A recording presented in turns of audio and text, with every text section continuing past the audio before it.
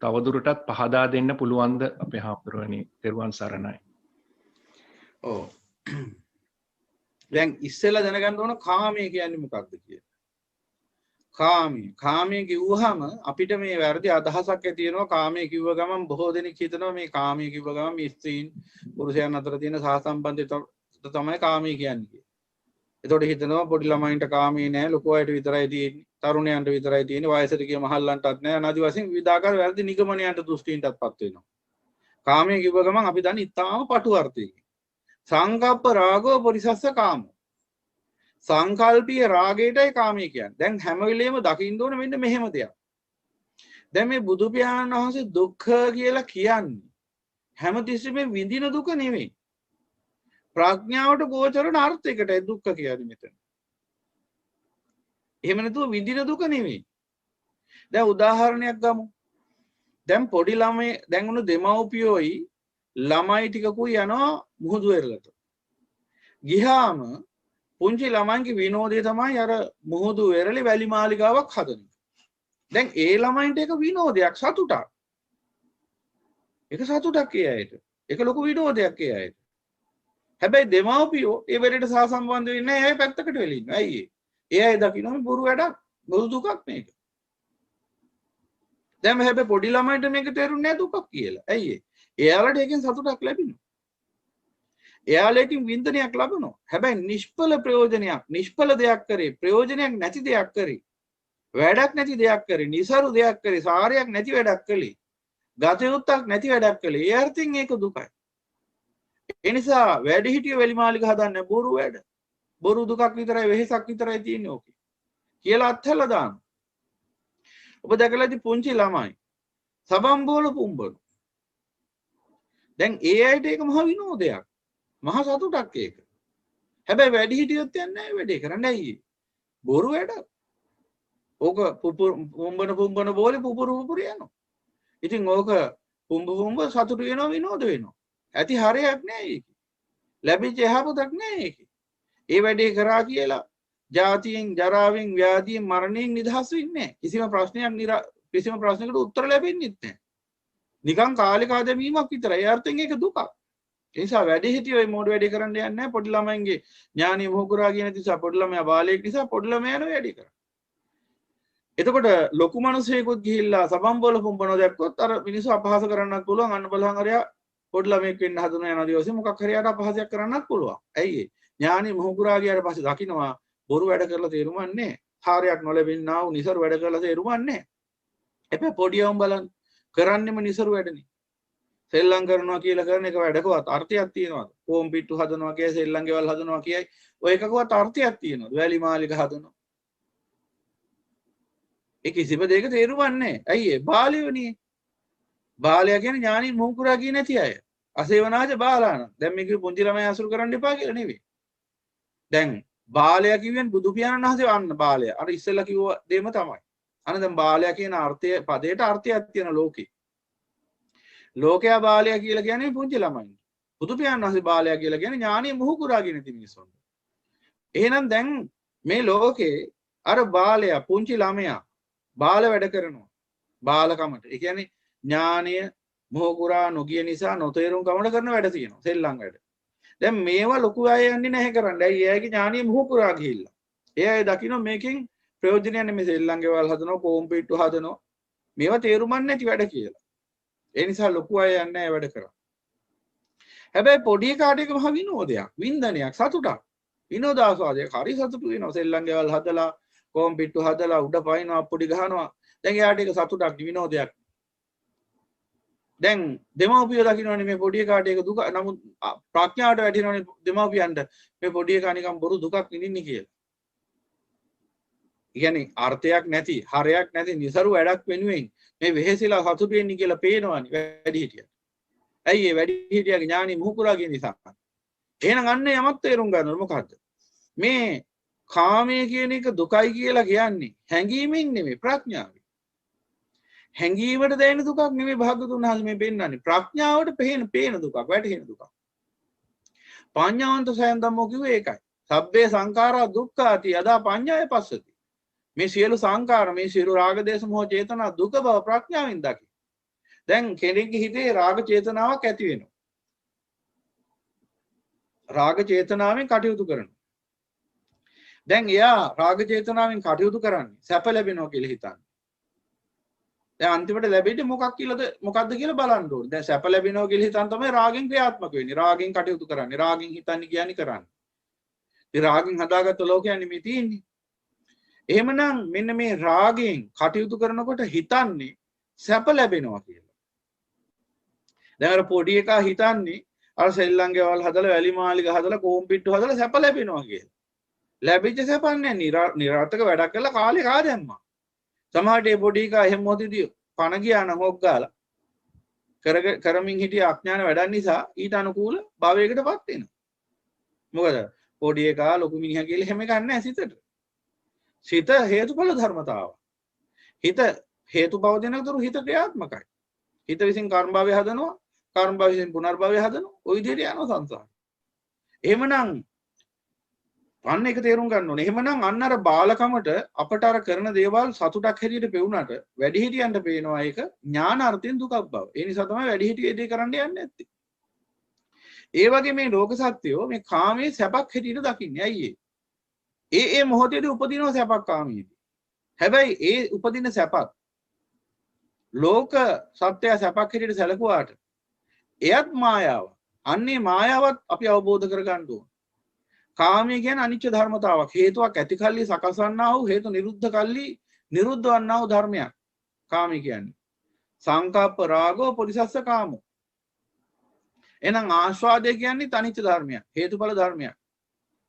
ආස්වාදයට හේතුවක් ඇති කල්ලි සකස් වෙනවා, හේතු නිරුද්ධ කල්ලි නිරුද්ධ වෙනවා. හට නොගන්නවා. එහෙනම් හේතුවක් ඇති කල්ලි ආස්වාදය උපදිනවා, හේතු නිරුද්ධ කල්ලි ආස්වාදය නිරුද්ධ වෙනවා. කාමයේත් එහෙමයි. කාමය ස්පර්ශ ප්‍රත්‍යයෙන් හට ගන්න. ඒ ගැන අපි ඉස්සරහට නිබ්බේධික සූත්‍රය ඇසුරින් එහෙම යම් කිසි ආකාරයකින් පැහැදිලි කිරීමක් දේශනාවක් කරන්නම් ඉස්සරහට. එක දවස් ඔක්කොම දේශනා කරන්න අවශ්‍යත් නැහැ. එතකොට මෙන්න මේ කාමය කියන්නේ මොකද්ද? සංකප්ප රාගෝ පරිසස්ස කාමෝ. සංකල්පීය රාගයටයි කාමය කියන්නේ. සංකල්පීය රාගය කියන්නේ මොකක්ද? දැන් අපි 10 දෙනෙක් අරගෙන බැලුවොත් 10 දෙනාගේ හිත්වල ආකාර 10ක සංකල්ප පවතිනවා. 10 දෙනා කැමති වෙච්ච රූප 10ක් තියෙනවා. 10 දෙනා කැමති 10 ආකාරයක රූප වලට. 10 ආකාරයක ශබ්ද වලට, ගන්ධ වලට, රස වලට, ස්පර්ශ වලට, අදහස් වලට. එතකොට 10 දෙනා 10 ආකාරයක අරමුණු වලටයි කැමති. එහෙනම් දැන් අපි රූපයක් ගමු පැහැදිලි කරගන්න. යම්කිසි රූපයක් ගත්තාම ඒ රූපයට සියලු දෙනා එක හා සමාන විදිහට කැමති නේ. එකිනෙකා තම තමන්ගේ සංකල්පයකට අනුව තමයි කැමති වෙන්නේ ඒකට. දැන් කෙනෙක් හිතනවා මේ බඳු ආකාරයේ උස සුදු යනාදී වශයෙන් මම මේ නිකන් සම්මුතියේ අපිට ලේසියෙන් තෝරගන්න පුළුවන් විදිහ උදාහරණයක් දැන් අපි ස්ත්‍රීන් පුරුෂයන් වශයෙන් යනාදී වශයෙන් රූප ගත්තාම ඒ අය කැමති රූප තියෙනවා. මෙන්න මේ හැඩතල තියෙන, මේ විදිහේ වර්ණ සටහන් තියෙන, මේ ආකාර රූප වලට තමයි මම කැමති කියලා එක්කෙනෙක් කියනවා. එතකොට අනිත් කෙනා කියනවා නෑ නෑ මට නම් මේ වගේ රූප හරියන්නේ නෑ. මට හරියන්නේ මෙන්න මේ ආකාරي රූප. කෙනෙක් කෙට්ටු රූප වලට කැමති. තව කෙනෙක් මහත් රූප වලට කැමති. කෙනෙක් උස රූප වලට කැමති. තව කෙනෙක් කොට රූප වලට කැමති. කෙනෙක් සුදු රූප වලට කැමති. තව කෙනෙක් කළු රූප වලට කැමති. කොහොම තියෙනවා එක එක විවිධාකාර විභේදන ප්‍රභේද. එහෙනම් දැන් ඇයි එහෙම උනේ? එහෙම උනේ 10 දෙනාගේ හිත්වල තියෙන සංකල්පවල තියෙන වෙනස් භාවය. විවිධතාව නිසා. ඒකීය සංකල්ප නෙමෙයි හැමෝටම තියෙන. එක එක විදිහේ සංකල්ප. එහෙමනම් මේ සංකල්පවල තියෙන විවිධතාව නිසාම විවිධ රූප වලට විවිධ අරමුණු වලට යයි කැමති. එතකොට සංකප්ප රාගෝ පුරිසස්ස කාම සංකල්පීය වශයෙන් රාගය කියන්නේ මොකක්ද? අන්න ඒකත් දැනගන්න. රාගය කියන්නේ යම් කිසි සතුටු වේදනාවක්, සැප වේදනාවක්, වින්දනයක් බලාපොරොත්තු වෙන යම් අරමුණක් ඇසුරු කිරීමද කියනවා රාගය කියලා. ඇහෙන් රූප ඇසුරු කරනවා රූප රාගය.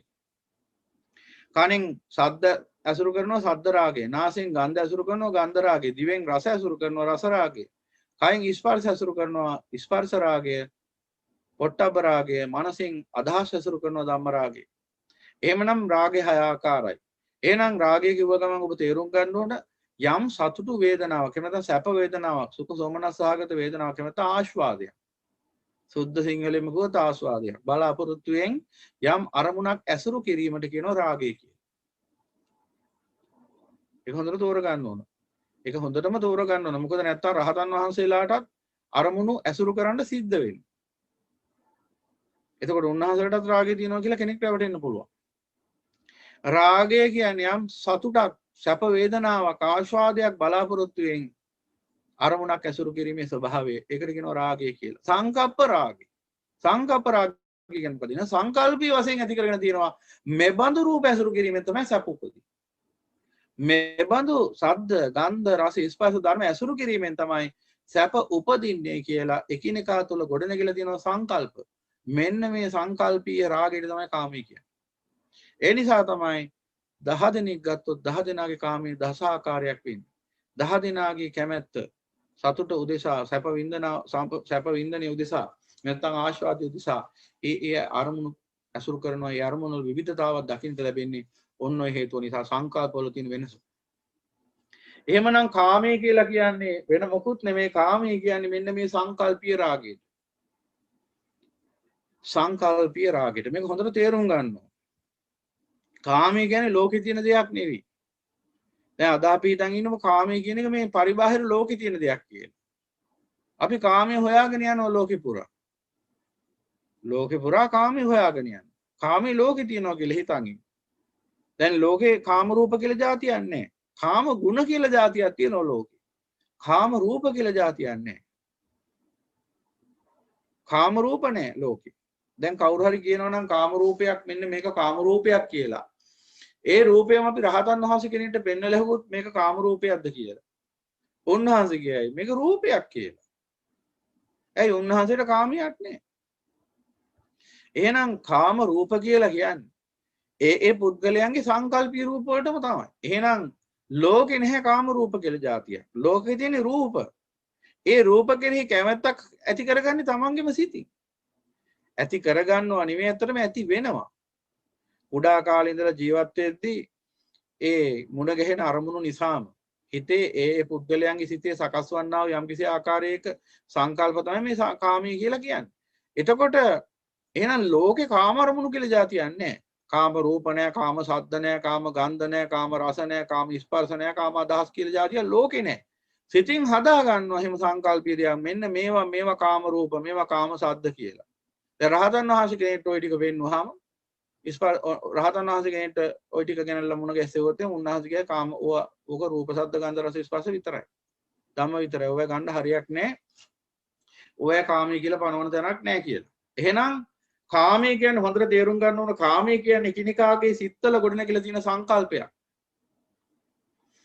එහෙමනම් මෙන්න මේකෙන් නිදහස් වෙන්න පුළුවන් ලේසියෙන්. එහෙමනම් මෙන්න මේ කාමය, එහෙම නැත්නම් මේ හිතේ ගොඩනැගිලා තියෙන මෙන්න මේ සංකල්පීය රාගය කොහොමද සත්‍යයට දුක උරුම කරලා දෙන්නේ කියලා නුවණින් දකින්න ඕන. අන්න එදාටයි කාමයේ දුක බව අවබෝධ වෙන්නේ. එසේ නොමැතිව කොච්චර කිව්වත් මේක වැටහෙන්නේ නැහැ කෙනෙක්ට. බෑ අපි උදාහරණයක් ගමු. හොඳ උදාහරණයක්. දැන් ඔන්න තරුණයෙක් ඉන්නවා. මේ තරුණයාගේ හිතේ ඇති වෙලා තියෙනවා මෙබඳු අදහසක්. කුඩා කාලේ ඉඳලම ඔහු දෙමව්පිය ඇසුරේ වැඩෙනකොට, සහෝදර සහෝදරිය ඇසුරේ වැඩෙනකොට, ඥාති හිත මිත්‍රාදීන් ඇසුරේ වැඩෙනකොට, ගුරු දෙගුරුන් ඇසුරේ වැඩෙනකොට, සමාජයේ ඉන්නා වූ අනිකුත් වූ සමාජ වැසියන් පුරවැසියන් ඇසුරේ වැඩෙනකොට ඒ තරුණයාගේ හිතේ කුඩා දරුවෙක් වශයෙන් ඉඳලා ඒකම යෞවනයට ඇවිල්ලා ඊට පස්සේ තාරුණ්‍යයට ඇවිල්ලා දැන් ඉන්නවා තරුණයෙක් වෙලා මේ තරුණයාගේ හිතේ කුඩා කාලේ ඉඳලා මේ විදිහට ක්‍රමානුකූලව වැඩෙනකොට ඒ අහපු දැකපු දේවල් ඔස්සේ ඒ ස්පර්ශ වෙච්ච අරමුණු ඔස්සේ ක්‍රමානුකූලව සංකල්ප ටිකක් සමුදේ වුණා, සකස් වුණා. ඒ සංකල්ප අතර තිබුණා මෙන්න මේ ආකාරයේ හැඩතල තියෙන, මේ ආකාරයේ ගමන් රටාවක් තියෙන, මේ ආකාරයේ කතා විලාසයක් තියෙන, මේ ආකාරයේ ලක්ෂණ සහිත, මේ ආකාරයේ පැහැයක් සහිත, වර්ණ සහිත රූපයක් තමයි සැප රූපයක් කියන්නේ කියලා. දැන් අපි ඔක සුද්ධ සිංහලෙන්ම කිව්වොත් තරුණයෙක් ගත්තාම තරුණයෙක්ගේ හිතේ හෝ තරුණියකගේ හිතේ තියෙන සිහින රූප, සිහින කුමාරයා, සිහින කුමාරි කියලා අපි කියනවා හරිය. නැත්තම් හිතේ ඉන්න කෙනා, නැත්තම් පරමාදර්ශී රූපය, මොනවා හරි එකක් කියන්න පුළුවන් කෙනෙක්ට. මෙන්න මේ දැන් අපි හිතේ ඉන්න කුමාරිය, සිහින කුමාරිය කියලා කිව්වා. දැන් මෙන්න මේ තරුණයාගේ හිතේ කුමාරියක් නැත්තම් සිහින කුමාරියක් පිළිබඳ රූපයක් සකස් වෙලා තියෙනවා. මෙන්න මෙබඳු ආකාරයේ හැඩතල සහිත, වර්ණ සටහන් සහිත, අංග ලක්ෂණ සහිත රූපයක් තමයි සැප රූපයක් වෙන්නේ. එබඳු රූපයකට තමයි මම කැමති. එබඳු රූපයක් ඇසුරු කරන්න ලැබුණොත් තමයි මට සැප උපදින්නේ අනාදි වශයෙන් ඔහුගේ හිතේ ගොඩ නැගිලා තියෙනවා සංකල්පීය රාගය. අන්න ඔහුගේ කාමී. දැන් ඔන්න ඔය සංකල්පීය රාගින් යුක්ත ඔය තරුණයා සාමාන්‍ය එදිනෙදා ජීවිතේ දැන් වැඩ කටයුතු වල නිරත වෙනවා. ඒ විපාක ලෝකේ ඇසුරු කරනවා. මේ විපාක ලෝකේ ඇසුරු කරමින් මේ එදිනෙදා තමන්ගේ ජීවිතේ වැඩ කටයුතු කරමින් ඉන්න මේ තරුණයාට විපාක අරමුණු වශයෙන් ඇහැට රූප, කනට ශබ්ද, නාසයට ගන්ධ, දිවට රස, කයට ස්පර්ශ, මනසට අදහස් යන ආදී වශයෙන් 6 ආකාරයකට අරමුණු මුණ ගැහෙනවා. ඒ අතර විපාක අරමුණු වශයෙන් රූපත් මුණ ගැහෙනවා. දෙනෝ 1000ක් රූප උට දකින්න ලැබෙනවා. ඒ දෙනෝ 1000ක් රූප අතර උට අන්න එක රූපයක් පේන්න තියෙනවා. අර හිතේ ගොඩනැගිලා තියෙන සිහින කුමාරියගේ රූපේ. අර ඔහුගේ හිතේ සකස් වෙලා තියෙන සංකල්පය උට දැනෙනවනේ. විඥාණයෙන් දැනෙනවා ඒක. මොකද මේ බඳු අංග ලක්ෂණ සහිත රූපයකට මගේ හිත මනාපයි කියලා. මා සිත බැඳුනේ ඔබටයි සොඳුරේ කියලා ඊට පස්සේ සින්දු කියනවා. ඒක ඔන්තරම් තියෙනව නේද? ඒ ගැන කියන්න දෙයක් නැහැ. එතකොට අන්න සිතේ තමයි එන රූපي තිබිලා තියෙන්නේ. ඒ සිතේ තියෙන රූපේ සිතනේ හඳුනන්නේ. ස්පර්ශ වෙනකොට මොකද වෙන්නේ? දැන් බලන්න ඕන මොකද වෙන්නේ කියලා. මේ තුච්ච නින්දිත සිත මොකද්ද කරන්න කියලා හොඳට බලා ගන්න. එතකොට තමයි ඔබට තේරෙන්නේ කාමයේ දුකක් කියන්නේ ඇයි කියලා. එතකොට පුළුවන් මේ සියලු ව්‍යසනයන්ගෙන් අත මිදලා සදාතනික පරම ශාන්තිය උරුම කරගන්න. මෙන්න මේ සංකල්පීය රාගය දැන් මේ පුද්ගලයාගේ හිතේ ගොඩනැගිලා තියෙනවා මෙබඳු රූපයක් සැප රූපයක් කියලා. දැන් ඔහුට විපාක අරමුණක් වශයෙන් එබඳු රූපයක් දකින්න ලැබෙනවා. පේනවාස් පොඩ්ඩක් බලන්න. එබඳු රූපයක් දකින්නට ලැබෙනවා. එබඳු රූපයක් දකින්නට ලැබෙනකොට දැන් මොකද වෙන්නේ? හිතේ හටගන්නේ කුමක්ද මුලින්ම? දැන් අර තරුණයාගේ හිතේ තිබුණා මෙබඳු රූපයක් දුටුවා, මෙබඳු රූපයක් මුණ ගැහුනොත් මට සැප උදා වෙනවා කියලා. එහෙම හිතාගෙන ඉන්නකොට දෙනෝ 1000ක් රූප අතරේ ඔහුට යම් ආකාරයකින් එබඳු රූපයක් දකින්න ලැබෙනවා. දැන් එබඳු රූපයක් දකින්න ලැබුණාම මොකද වෙන්නේ? ඉස්සෙල්ලම හිතේ හටගන්නේ මොකද්ද කියලා ඔබෙන් අහුවොත් මොකද්ද ඔබ දෙන උත්තරේ? දැන් ඔබේ හිතේ යම්කිසි ආකාරයක රූපයක් ඉන්නවා. සිහින කුමාරිය කියමුකෝ. ඒ සිහින කුමාරියගේ රූපය නැත්නම් සිහින කුමාරයාගේ රූපය විපාක අරමුණක් වශයෙන් පරිබාහිර ලෝකේ රූපයක් හැටියට දකින්න ලැබුණාම හිතේ මුලින්ම ඇති වෙන්නේ මොකක්ද කියලා අහුවොත් ඔබ নানা ප්‍රකාර උත්තර දෙන උතුම්. සමහරුගේ ඇල්මක් ඇති වෙනවා, කැමැත්තක් ඇති වෙනවා, ආසාවක් ඇති වෙනවා නේද? ඒ සියල්ල දෙවනුවයි ඇති වෙන්නේ. ඉස්සෙල්ලම ඇති වෙන්නේ මොකක්ද? ඉස්සෙල්ලම ඇති වෙන්නේ සතුට. යංකෝ චක්කුම් පටිච්චුප්පජ්ජති සුඛං සෝමනසං යං චක්කුස්සාසාදු.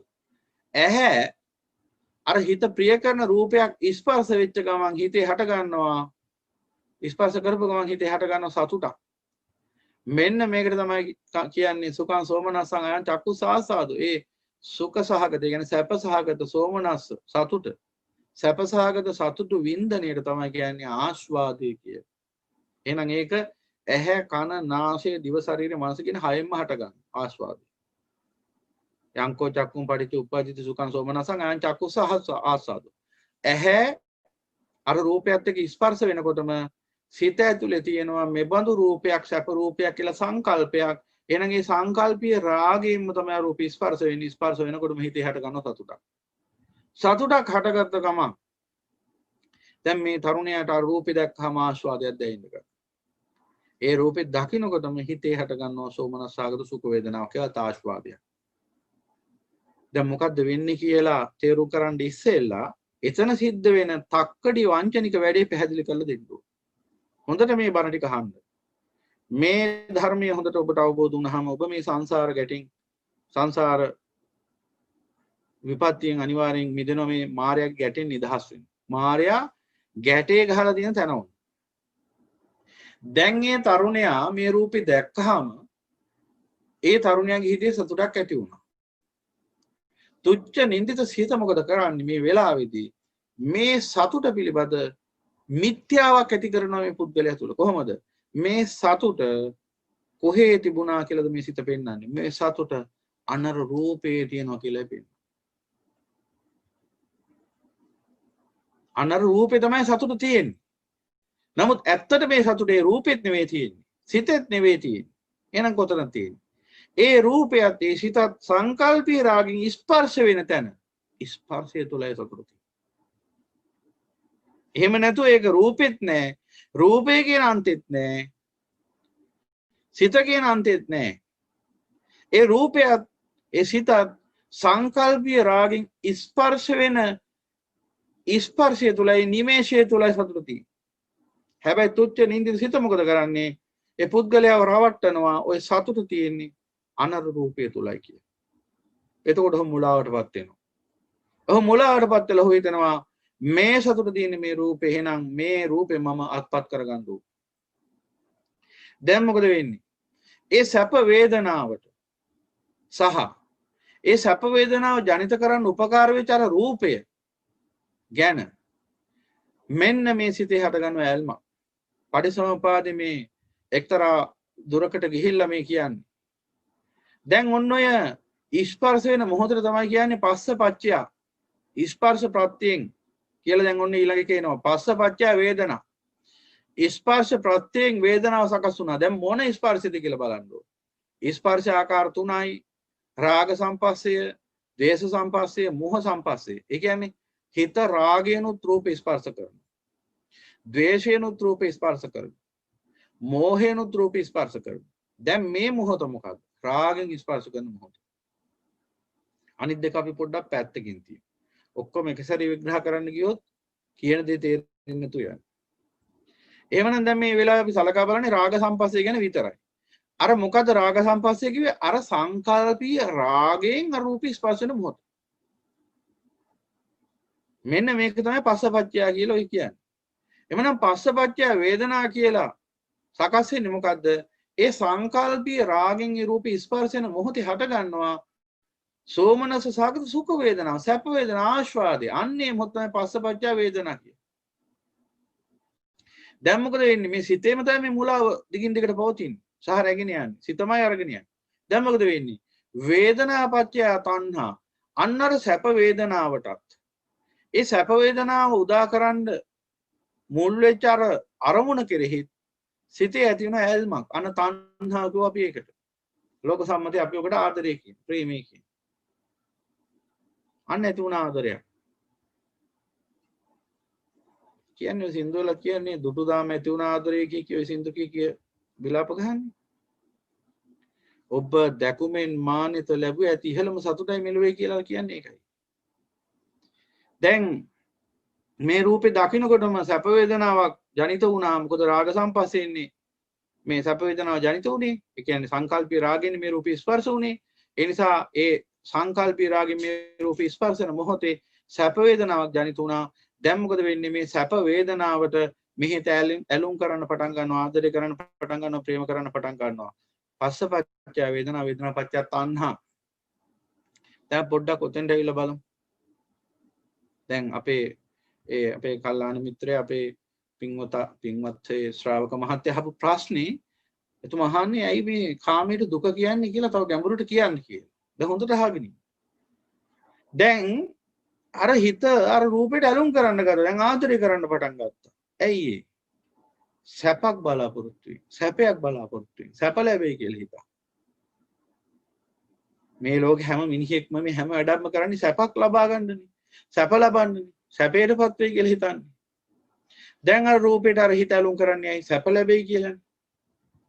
ඇයි? සංකල්පයක් මොහොත තුල තිබුණානේ. මේ බඳු හැඩතල තියෙන, මේ බඳු අංග ලක්ෂණ, මේ බඳු වර්ණ සටහන් තියෙන රූපයක් සැප රූපයක් කියලා. දැන් මේ රූපෙනේ මෙච්චර කාලයක් හෙව්වේ ලෝකෙ. දැන් විපාක ලෝකයේ තුලදී රූපේ දැක්කානේ. දැන් මොකද උනේ? දැන් සැප ලැබුණානේ.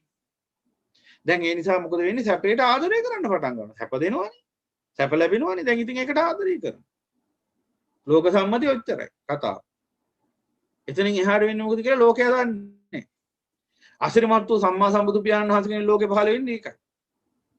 පේන දෙයට වඩා නොපෙනෙන දේ මේ ලෝකේ වැඩි. ඒ නොපෙනෙන යථාර්ථය වෙනලා දෙන්නයි උන්වහන්සේ පහළ වෙන්නේ. එහෙනම් දැන් මොකද්ද එතන වෙන්නේ? එතන වෙන්නේ ඒ සැප වේදනාවට හිත ඇලුම් කරන්න පටන් ගත්තා. ඊට පස්සේ මොකද වෙන්නේ? දැන් මේ තරුණයා මේ රූපයට ඇලුම් කරන්න පටන් ගත්තා. ආදරය කරන්න පටන් ගත්තා. ප්‍රේම කරන්න පටන් ගත්තා. දැන් මොකද වෙන්නේ? මේ රූපයෙන් සැප ලබන්න නම් මේ රූපේ නැවත නැවත ස්පර්ශ වෙන්න ඕන.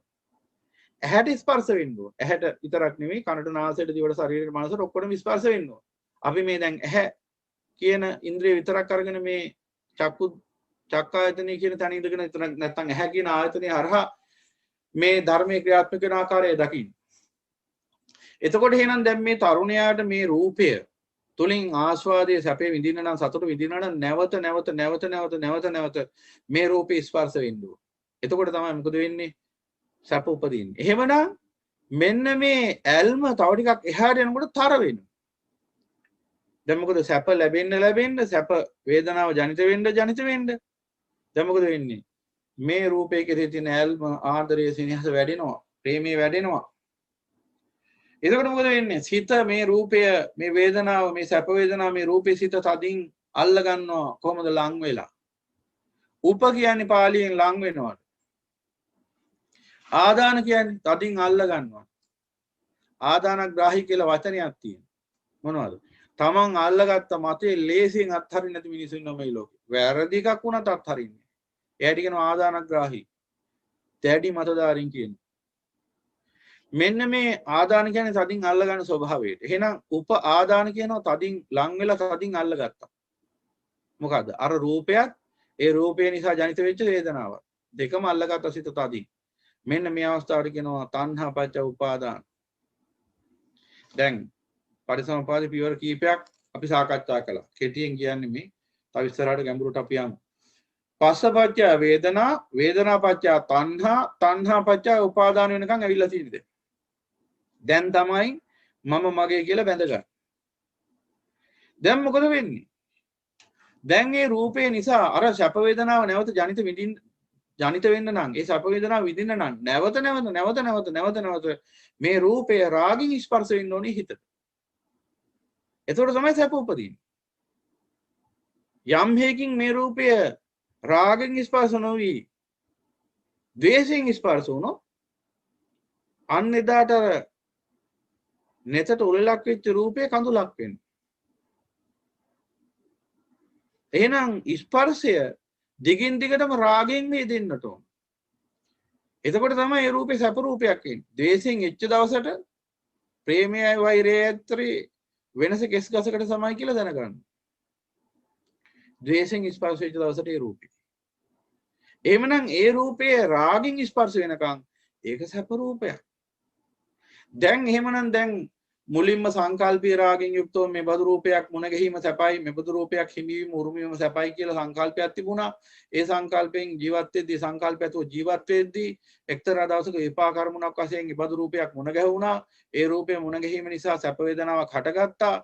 ඒ සැප වේදනාවට සිත ඇලුම් කරන්න පටන් ගත්තා. ඒ සිත ඇලුම් කළ සිත විසින් ඒ රූපේ තදින් බැඳලා අල්ලගත්තා. ඊට පස්සේ බැඳගත්තා.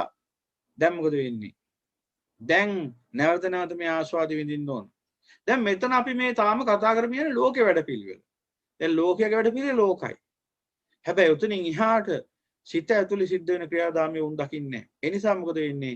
ලෝකේ වැඩපිළිවෙල ඇතුලේ අතරමං වෙනවා, මුලාවටපත් වෙනවා. ඒ කොහොමද? දැන් මේ රූපේ නැවත ස්පර්ශ කරන වාරයක් ගානේ මොකක්ද උපදින්නේ? සැප. එමනම් රාගෙන් මේ රූපේ ස්පර්ශ වෙනවා දැන්. රාගෙන් රූපේ ස්පර්ශ වෙන වාරයක් ගානේ සැප විඳිනවා දැන්. එමනම් එතනම පැහැදිලි යමක් මොකද්ද? මේ රූපය තුලින් සැප විඳින්න නම් නැවත මේ රූපේ රාගෙන් ස්පර්ශ වෙන්න ඕන. එහෙමනම් ඒ රූපේ හේතු කරගෙන දැන් ඔහුගේ හිතේ රාග චේතනා සකස් වෙනවා. ඒ කිව්වේ රාග අபிසංකාර සකස් වෙනවා. රාග අபிසංකාර කියලා જાතියක් නැහැ. එතන ලෝභ සංකාර.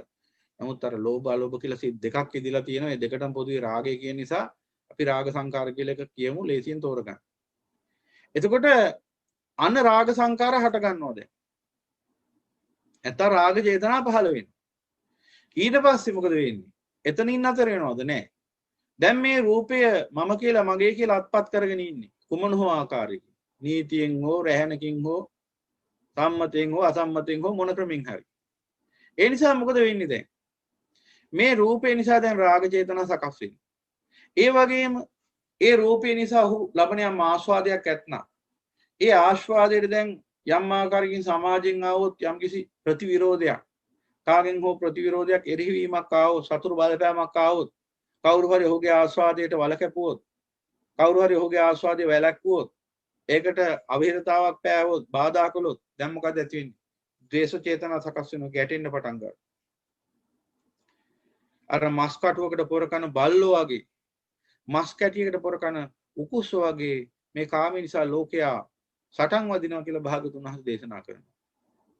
අන්න ඒ විදිහට දැන් ද්වේෂයෙන් අරගල කරන්නත් පටන් ගන්නවා. සමහරවිට තමන්ගේ දෙමව්පියොත් එක්ක මට බණ කියන වාරයක් ගානේ සිහි වෙන සිදුවීමක් තියෙන රත්නපුරේ. අවුරුදු 18ක තරුණෙක්. ඒ අසරණ අම්මා කුසේ තියාගෙන මාස 10ක් හදලා ඒ ශරීරයේ තියෙන ලේ ධාතුවත් ඒ පෝෂණීය ඕජාවත් ඔක්කොම ටික දීලා පෝෂණය කරලා හදලා වඩලා අනන්ත දුක් විඳලා නොකානුබී ඉඳලා පෝෂණය කරලා අවමන් නින්දා විදලා පෝෂණය කරලා අනන්ත දහ දුක් විඳලා මහ පොළොව නූහුලන දුක් විඳලා ඒ අසමජ්ජාති තරුණියව හැදුවා. ඌට අවුරුදු 18ක් විතර වෙනකොට කෙල්ලෙක් එක්ක යාළු වුණා. අන්න අර දැන් අපි මෙච්ච විග්‍රහ කරපු තැන මොකද්ද? සැප වේදනාවක් දැන් ජනිත වෙනවා තරුණිය නිසා. දැන් ඔය කියමින් ඉන්න එක තමයි. එතකොට මොකද වෙන්නේ? සැප වේදනාව ලොකුයි ඔක්කොටම වඩා අම්මටත් වඩා. අම්මා එපා කිව්වා ඔය සම්බන්ධය නවත්තපන් කිව්වා. ඇහුවේ නෑ. දිගටම අම්මා කිව්වා සම්බන්ධය නවත්තපන් කියලා. මොකද ඒ තරුණිය හදන්න විඳ දුක දන්නේ අම්මා. ඒ නිසා මොකක් හෝ හේතුවක් නිසා ඒ සම්බන්ධයට අම්මා කැමති වුණේ නෑ. අම්මා දිගින් දිගට පුතාට බලපෑම් කරලා සම්බන්ධය නවත්තපන් කියලා. දැන් මොකද වෙන්නේ? මේ තුච්ච නින්දිත සිත ආස්වාදය අහිමි වෙයි කියලා බය වෙනවා. දැන් ගැටෙන්න පටන් ගන්නවා හිත. ඇත්තටම මෙතන තියෙන පින්වතුනි සිත පිළිබඳ ප්‍රශ්නයක්. නමුත් අපි අසරණ තරුණයාට අර සිත මම කියලා මගේ කියලා ගතියුත්තක් නොවේ. ඒ බව නොදන්න නිසායි හොයි විනාශයටපත් උනේ. අපි හොට දඬුවම් දීලා හරියන්නේ නැහැ.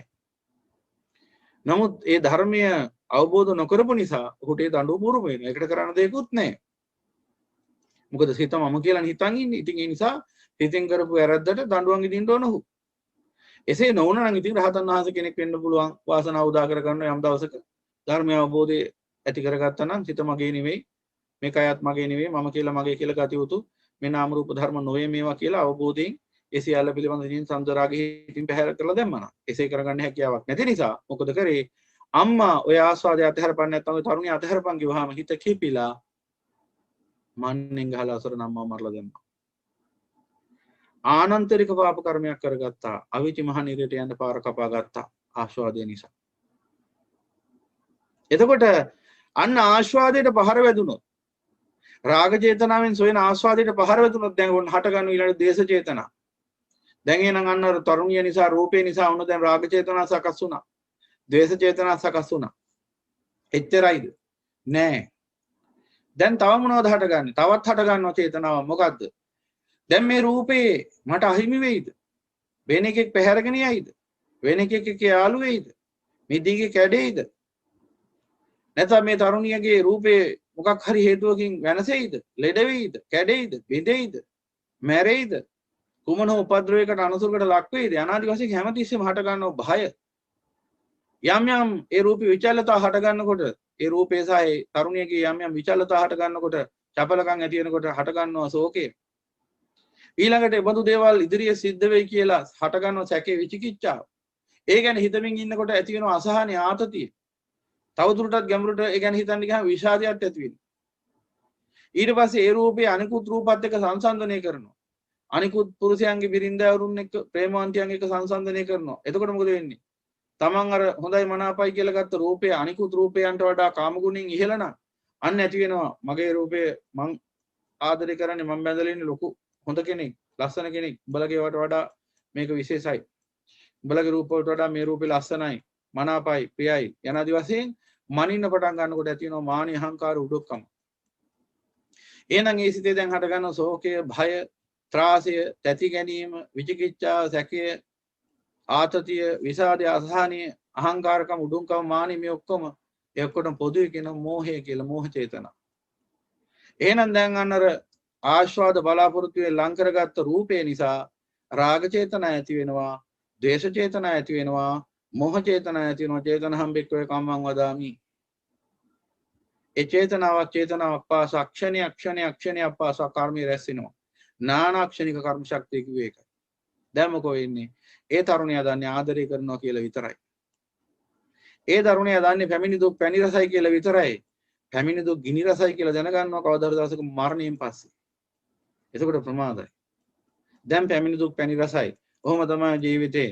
කාටද ඉතින් ඔව උරුමයි. අනාදි වශයෙන් ඔලොමොට්ටලයන්ගේ ලෝක අදහස් පිළි අරගෙන දුක සාධාරණීකරණය කරනවා. ඇයි ආස්වාදයේ හේතුවෙන් හිතටම මුලා වෙලා. තුච්ච නින්දිත හිතේ වහලෙක් වෙලා ඒ දුක සාධාරණීකරණය කරනවා. සාධාරණීකරණය කර කර දුකම සොයන. දැන් මොකද වෙන්නේ? මේ තරුණයා ආස්වාද විඳින්න ගිහිල්ලා මේ රූපෙන් දැන් රාග චේතනා උපදිනවා, දේශ චේතනා උපදිනවා, මොහ චේතනා උපදිනවා. එච්චරයි. ඒ තරුණයා දන්නේ ඊට වඩා දෙයක් දන්නේ නැහැ. එතනින් එහාට මොකද වෙන්නේ කියලා ඔහු දන්නේ නැහැ. ඒ බව දන්නේ අපගේ අසිරිමත් වූ මහා ශාස්ත්‍රවරයන් වහන්සේ භාග්‍යතුන් වහන්සේ. උන්වහන්සේ පෙන්නනවා ඔන්න ඔය උපදින රාග දේශ මොහ චේතනා. ඒ දැඩි බැස ගැනීම නිසා හිතේ මේ රූප වේදනා සංඥා සංකාර විඥාන යන ආදී වශයෙන් ඒ ස්කන්ධයන් බැහැ ගැනීම නිසා හිතේ තදින් අල්ලා ගැනීම නිසා හිතේ හට ගන්නා මොහොතක් පාසා රාග දේශ මොහ චේතනා. අන්නේ රාග දේශ මොහ චේතනා තුලින් උපදින්නා කර්ම ශක්තිය බැහැ ගන්නවා. ඒ සිතේම කර්ම භවයේ අන්නේ අවස්ථාවට කියන උපාදාන පත්‍ය භව. උපාදාන වෙච්ච ඒ රූප වේදනා සංඥා සංකාර විඥාන නිසා නැත්නම් සුද්ධ සිංහලක පංච උපාදානස්කන්ධ නිසා හට ගන්නා කර්ම භවයේ උපාදාන පත්‍ය භව. දැන් කර්ම භවය හදාගත්තා. දැන් දන්නේ මෙච්චරයි. ලෝක සම්මතයේ බුදුබණක් ඇසුවේ නැහැ. උපන්නාට මේලෝ වැනිනවා විනාකී කි හිටියා. ඒ නිසා දැන් මොකද උනේ? ප්‍රේමයක් අත්විඳා. ප්‍රේමේ නම් ලෝ හැම තැනම ඇති කි හිටියා. ප්‍රේම කරා සැප වේදනා බලාපොරොත්තු වෙන දැන් ඔහොම ප්‍රේම කරලා ආදරය කරලා ජීවිතයක් ගොඩනගාගෙන ලස්සන සුන්දර සිහින ලෝකයක් හදාගෙන ජීවත් වුණා. ඔච්චරයි ඒ පුද්ගලයා දන්නේ හිස් පුරුෂයා දන්නේ. එතනින් එහාට සිද්ධ වෙච්ච දේ දන්නේ නැහැ. මොකද එතනින් එහාට සිද්ධ වුණේ අන්නර ඒ දැඩි උපාදානයන් නිසාම හිතේ මොහොතක් පාසා කර්ම ශක්තිය ජනිත වුණා. කර්ම ශක්තිය වැහැගත් කර්ම භවයේ අත්ති කාම භව අත්ති උප්පත්ති භව. කර්ම භවයක් ඇති කල්ලි උප්පත්ති භවයක් ඇත. ඒ න්‍යායට අනුකූලව මොකද වෙන්නේ? ওই පුද්ගලයා ඔහම ඉන්නකොට කොයි වෙලාවෙ හරි පණ යනවා. තරුණ කාලෙදි වෙන්න පුළුවන්, මැදි වියේදී වෙන්න පුළුවන්, වයෝවෘද්ධ වියේදී හරි කොයි වෙලාවක හරි පණ යනවා. පණ යනකොට මොකද වෙන්නේ? එතෙක් කාලයක් ඒ විදිහටම රූප, ශබ්ද, ගන්ධ, රස, ස්පර්ශ අදහස් යතේ ධර්මතා සියල්ලම නිසා ඒ හිතේ යම්තා කර්මයේ සමුදේ වුණා. ඒ සියලු කර්ම බීජ අර කර්ම භවයේ තැන්පත් වෙලා තියෙනවා. දැන් මොකද වෙන්නේ? ඔය පුද්ගලයා මිය යනවත් එක්කම, ඔය සත්‍යය මිය යනවත් එක්කම ඒ සත්‍යයේ සිතේ මරණාසන්න චිත්ත 14 වෙනි චිත්තක්ෂණයේදී චුති කියන චිත්තක්ෂණේ හට ගන්නවත් එක්කම එතෙක් ඒ පැවති චිත්ත පරම්පරාවෙන් සදහටම අවසන් වෙනවා. සදහටම අවසන් වෙනවා ඒ චිත්ත පරම්පරාව පුරාණ කර්මෙන් හටගත්. හැබැයි නව කර්මෙන් ආයි ජනිත කරනවා ඊළඟ චිත්ත පරම්පරාව ප්‍රතිසන්දි චිත්තය කියලා ඒ පළවෙනි හිතට කියනවා. අර කර්ම භවයෙන් තමයි මේ වැඩේ කරන්නේ. කර්ම භවයෙන් මොකද කරන්නේ? අලුතෙන් ආය කර්ම භවයේ තියෙනවා අතීත කර්ම. නමුත් කර්ම භවය කියලා කියන්නේ එතෙක් විපාක නොදුන් කර්ම. ඒ ටික ඒ කර්ම භවයෙන් මොකද කරන්නේ? කර්ම භවයෙන් නැවත භවයක් සකස් කරනවා උප්පත්ති භවය කියලා. එතකොට මොකද වෙන්නේ? පුද්ගලයා මරණාසන්න චිත්ත විදි 14 වෙනි චිත්තක්ෂණේ චුත වෙනවත් එක්කම 15 වෙනි චිත්තක්ෂණේ සකස් කරන කර්ම භවයේ සිං ඒ නිසා මොකද වෙන්නේ? ඒ චිත්ත පරම්පරාව එතනින් මිය යන්නේ නැතුව කර්මානුරූප හේතුඵල චිත්ත පරම්පරාවක් වශයෙන් එතනින් එහාට පැවත යනවා. ඊට පස්සේ ප්‍රතිසන්දි චිත්තයට අනුකූල විඥාන පත්‍ය නාම රූපං කියලා ඊට අදාළ නාම රූප සකස් වෙනවා. ඊට අදාළ සත්‍යයක් විදිහට නැත්නම් ඒ ගන්ධාරු සත්‍යයක් විදිහට සකස් වෙලා ඊට අදාළ උක්කාන්තයකට ගිහිල්ලා එතනින් එහාට ඊළඟ ලෝකේ ඊළඟ භවයේ සකස් වෙනවා. දැන් එතකොට මොකද වෙන්නේ? මේ තරුණයා අර රූපේ සම්බන්ධයෙන් කාමෙන් ඇලිලා ගැලිලා කටයුතු කරේ කෙසේද? පෙරේතෙක් විදිහටද? එහෙනම් දැන් වර්තමාන භවයේ පෙරේතයි. තිරිසනෙක් විදිහට නම් කටයුතු කළේ තිරිසන් භවයට යනවා. නිරසතෙක් විදිහට නම් කටයුතු කළේ නිරේට යනවා. දැන් උදාහරණයක් ගත්තොත් සමහර පියවරු ඉන්නවා තමන්ගේ දියණියන් පව අපහරණය කරනවා. අපි සමාජ සම්මතයේදී මේ වගේ අවස්ථාවන් කියන්නේ තිරිසන් මිනිස්සු කියලා, තිරිසනුන් කියලා. තිරිසන් සත්‍යයන්ට තමයි තමන්ගේ දරුවන් අඳුර ගන්න බැරි. ඒ නිසා තිරිසන් සත්‍යයන්ගේ ස්වභාවයක් තියෙනවා. තමන්ගේ බිරිඳ දියණිය කියලා එහෙම කන්නේ. එහෙමනම් මිනිසු තුලත් ඒ ගති දිනනකොට අපි කියනවා තිරිසන් ගති කියලා. එහෙනම් ගතියට අනුවයි උපත. ඇයි ගතියට අනුව උපතයි කිව්වේ? ගතිය විසින් තමයි ඒ සිතේ චේතනා සකස් කරන්නේ. එහෙනම් ඒ චේතනාවට අනුකූලයි සංකාරයන්සේද විඥානයේසේ. විඥානයන්සේද නාම රූපේසේ. එහෙනම් ඒ හිතේ උපදින රාග දේශ මොහ චේතනාවලට අනුකූලයි ඊළඟ භවයේ. එහෙමනම් රාග දේශ මොහ චේතනා ඉසිතේ සකස් වෙන තිරිසනෙක්ගේ වගේ නම් එහෙනම් පුනර්භවයේ තිරිසන්. නවත්තන්න බෑ. දෙවියන් වහන්සේ නෙමෙයි භවය හදන්නේ. තමාගේම දේ ලෝල මොට්ටල කමුති. සද්ධර්මය ඇහුවේ නැති නිසා, ධර්මය අවබෝධ නොවෙච්ච නිසා මේ තුච්ච නින්දිත පාලනය කරගන්න බැරුණ දමනය කරගන්න බැරි වෙච්ච නිසා ඊට අනුකූල කර්ම භවයන් සකස් වෙලා බැහැගෙන තියෙනවා. මරණාසන්න වෙලාවේදී කර්මය විසින් තීරණය කරන මේ භව අතරින් කුමන භවයටද පත් කරන්න කියලා. ඒක කර්මයේ වැඩ. කම්මස්ස කෝමී කම්මදායතු කම්මයෝනි කම්මබන්දු කම්ම පටිසන්නා යං කම්මං කරිසාමි කල්යාණං වා පාපකං වා තසු දායතු භවිසාමි इति කිව්වේ ඒකයි. කර්මයේ විසින් තමයි ඊළඟ සත්‍ය සකස් කරන්නේ. කර්මයේ සමුදේ වෙන්නේ සත්‍යයේ අනවබෝධය නිසා කර්ම භවි බැහැ ගන්නවා ගිහිල්ලා. ඉතින් එතකොට දැන් ඔන්න බලාගෙන යන්න පින්වතුනි එතකොට දැන් මොකද වෙන්නේ?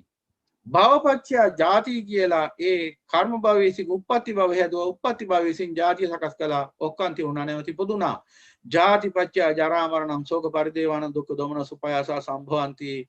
ඒව මේ තස්ස කේවලස දුක්ඛකන්දස්ස සමුදය හෝති. ආය දුක්ඛ ස්කන්ධය සමුදය වුණා. නැවත ජරා ව්‍යාධි මරණ ශෝක පරිදේව දුක්ඛ දෝමන සුපයාස රාග දේශ මොහ යන 11 ගින්නෙන් දෙවින්නා භවයක් සකස් වුණා. ජාතිය සකස් වුණා. ඒ කිව්වේ දුක්ඛ ස්කන්ධයක් සමුදය වුණේ. සුඛ ස්කන්ධයක් එහෙම නෙමෙයි. ඒව මේ තස්ස කේවලස දුක්ඛකන්ද සමුදය හොදි. දුක්ඛ ස්කන්ධයක් සමුදය වුණේ. දුක්ඛ ස්කන්ධය කිව්වේ දැන් වැලි ඇටයක් තියෙනවා වැලි ගොඩක් තියෙනවා. වැලි ගොඩක් කියලා කියන්නේ වැලි ඇටයක් නෙවෙයි වැලි ගොඩකට. මේ වැලි ඇටයක් කියන්නේ මේ එකක්. වැලි ගොඩක් කියන්නේ ඒ වගේ වැලි ඇට ගොඩකට. එතකොට වැලි ඇටයක් කියන්නේ වැලි ගොඩක් නෙවෙයි. වැලි ගොඩක් කියන්නේ වැලි ඇටයක් නෙවෙයි. දැන් දුක කියන්නේ දුක්ඛ ස්කන්ධය නෙවෙයි. දුක්ඛ ස්කන්ධය කියන්නේ දුක නෙවෙයි. ඒක තෝරගන්න ඕන. ඒ මොහොතේ විඳිනවා දුක. දුක්ඛ ස්කන්ධය කියන්නේ මේ වගේ විඳින සේරම දුක් එකතු කරගත්තාම මෙතන තියෙන ස්කන්ධය. දැන් එහෙනම් මේ සමුදය වෙන්නේ මොකද්ද? දුක්ඛ ස්කන්ධය. ඒ කිව්වේ දුක් ගොඩක්. ඒ කියන්නේ ඒකේ මොනතරම් දුක් තියෙනවද කියලා කවුරුවත් දන්නේ. අනන්ත දුක් විඳින්න වෙයි. අනන්ත දුකක් උරුමුනේ. සමහර විට හිතන්න ඔබ 136ක් නිර්වලටයි වැටෙන්නේ. සංජීවයේ සංඝාතයේ කාලසූත්‍රයේ රෞරවයේ මහා රෞරවයේ තාපයේ ප්‍රතාපයේ අවීචි කියන මහා නිරාට සහිතව තව අනුනිර 128ක් තියෙනවා. මේ 136ක් නිර අතරට වැටුණා වෙන්න පුළුවන්. යොදුන් ගණන් ඔසගෙන ඉඳලා තියෙන නිර ඇතුළට වැටුණොත් මොන දුකද තියෙන්නේ? සෙලවෙන්න බැරි අර විශාල ශරීර සහිත අසුරනිකාය ඉපදුනොත් මොන දුකද තියෙන්නේ? ඊටාම පිළිකුල් නින්දිත අත්බව ගත කරන ප්‍රේතයෙක් කියලා ඉපදුනොත් මොන දුකද තියෙන්නේ? සිරිසන් සත්‍යයක් වුණොත් මොන දුකද තියෙන්නේ? එහෙනම් දුක්ඛ ස්කන්ධයක් එතන දුක් ගොඩක් දුක් කන්දක් තියෙනවා.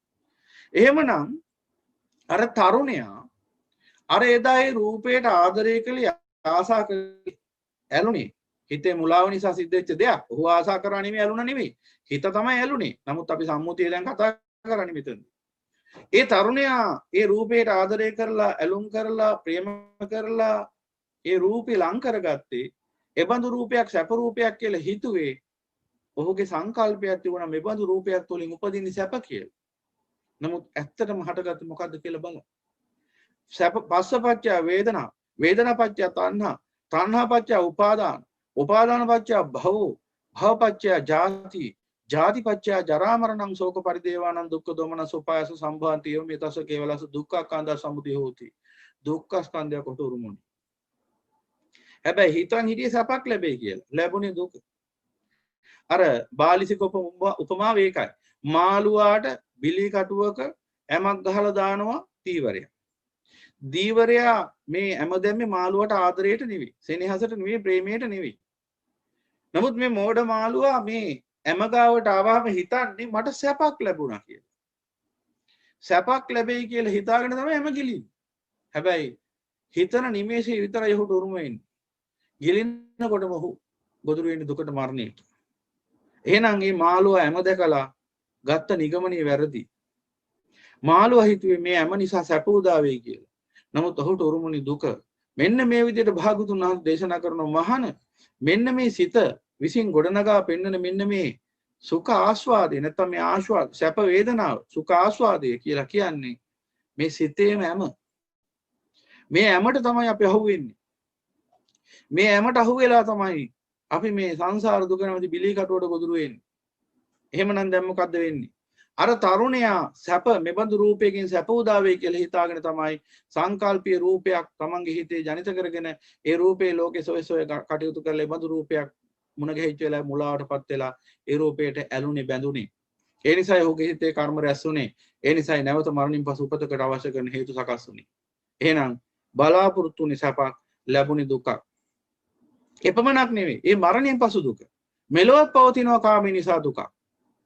මේ දේවල් ගැන එක මොහොතේදීම දීර්ඝ වශයෙන් කියන්න ගියොත් එකම දහම් කාරණාවක් විතරක් මතු කරන්න වෙන නිසා මම මේ කෙටියෙන් පැහැදිලි කරන්නේ නැවත නැවත අපි මේ ධර්ම සාකච්ඡාව දිගටම පවත්වාගෙන යන නිසා අපිට පුළුවන්කම තිබෙනවා ඉදිරියේදීත් නැවත මේ දේවල් ගැන සාකච්ඡා කරන්න. ඒ විතරක් නෙමෙයි තවත් අපේ පින්වතුන් මේ අහන ප්‍රශ්න වලදී ඒ දහම් කාරණා මතුවෙලා එන නිසා ගැටලුවක් ඇති කරගන්න එපා. මම ගොඩාක් දිගට සමහර දහම් කාරණා විග්‍රහ කරන්න යන්නේ නැහැ. මොකද එහෙම කරොත් එක දවසකට එක ප්‍රශ්නයයි සාකච්ඡා කරන්න වෙන්නේ.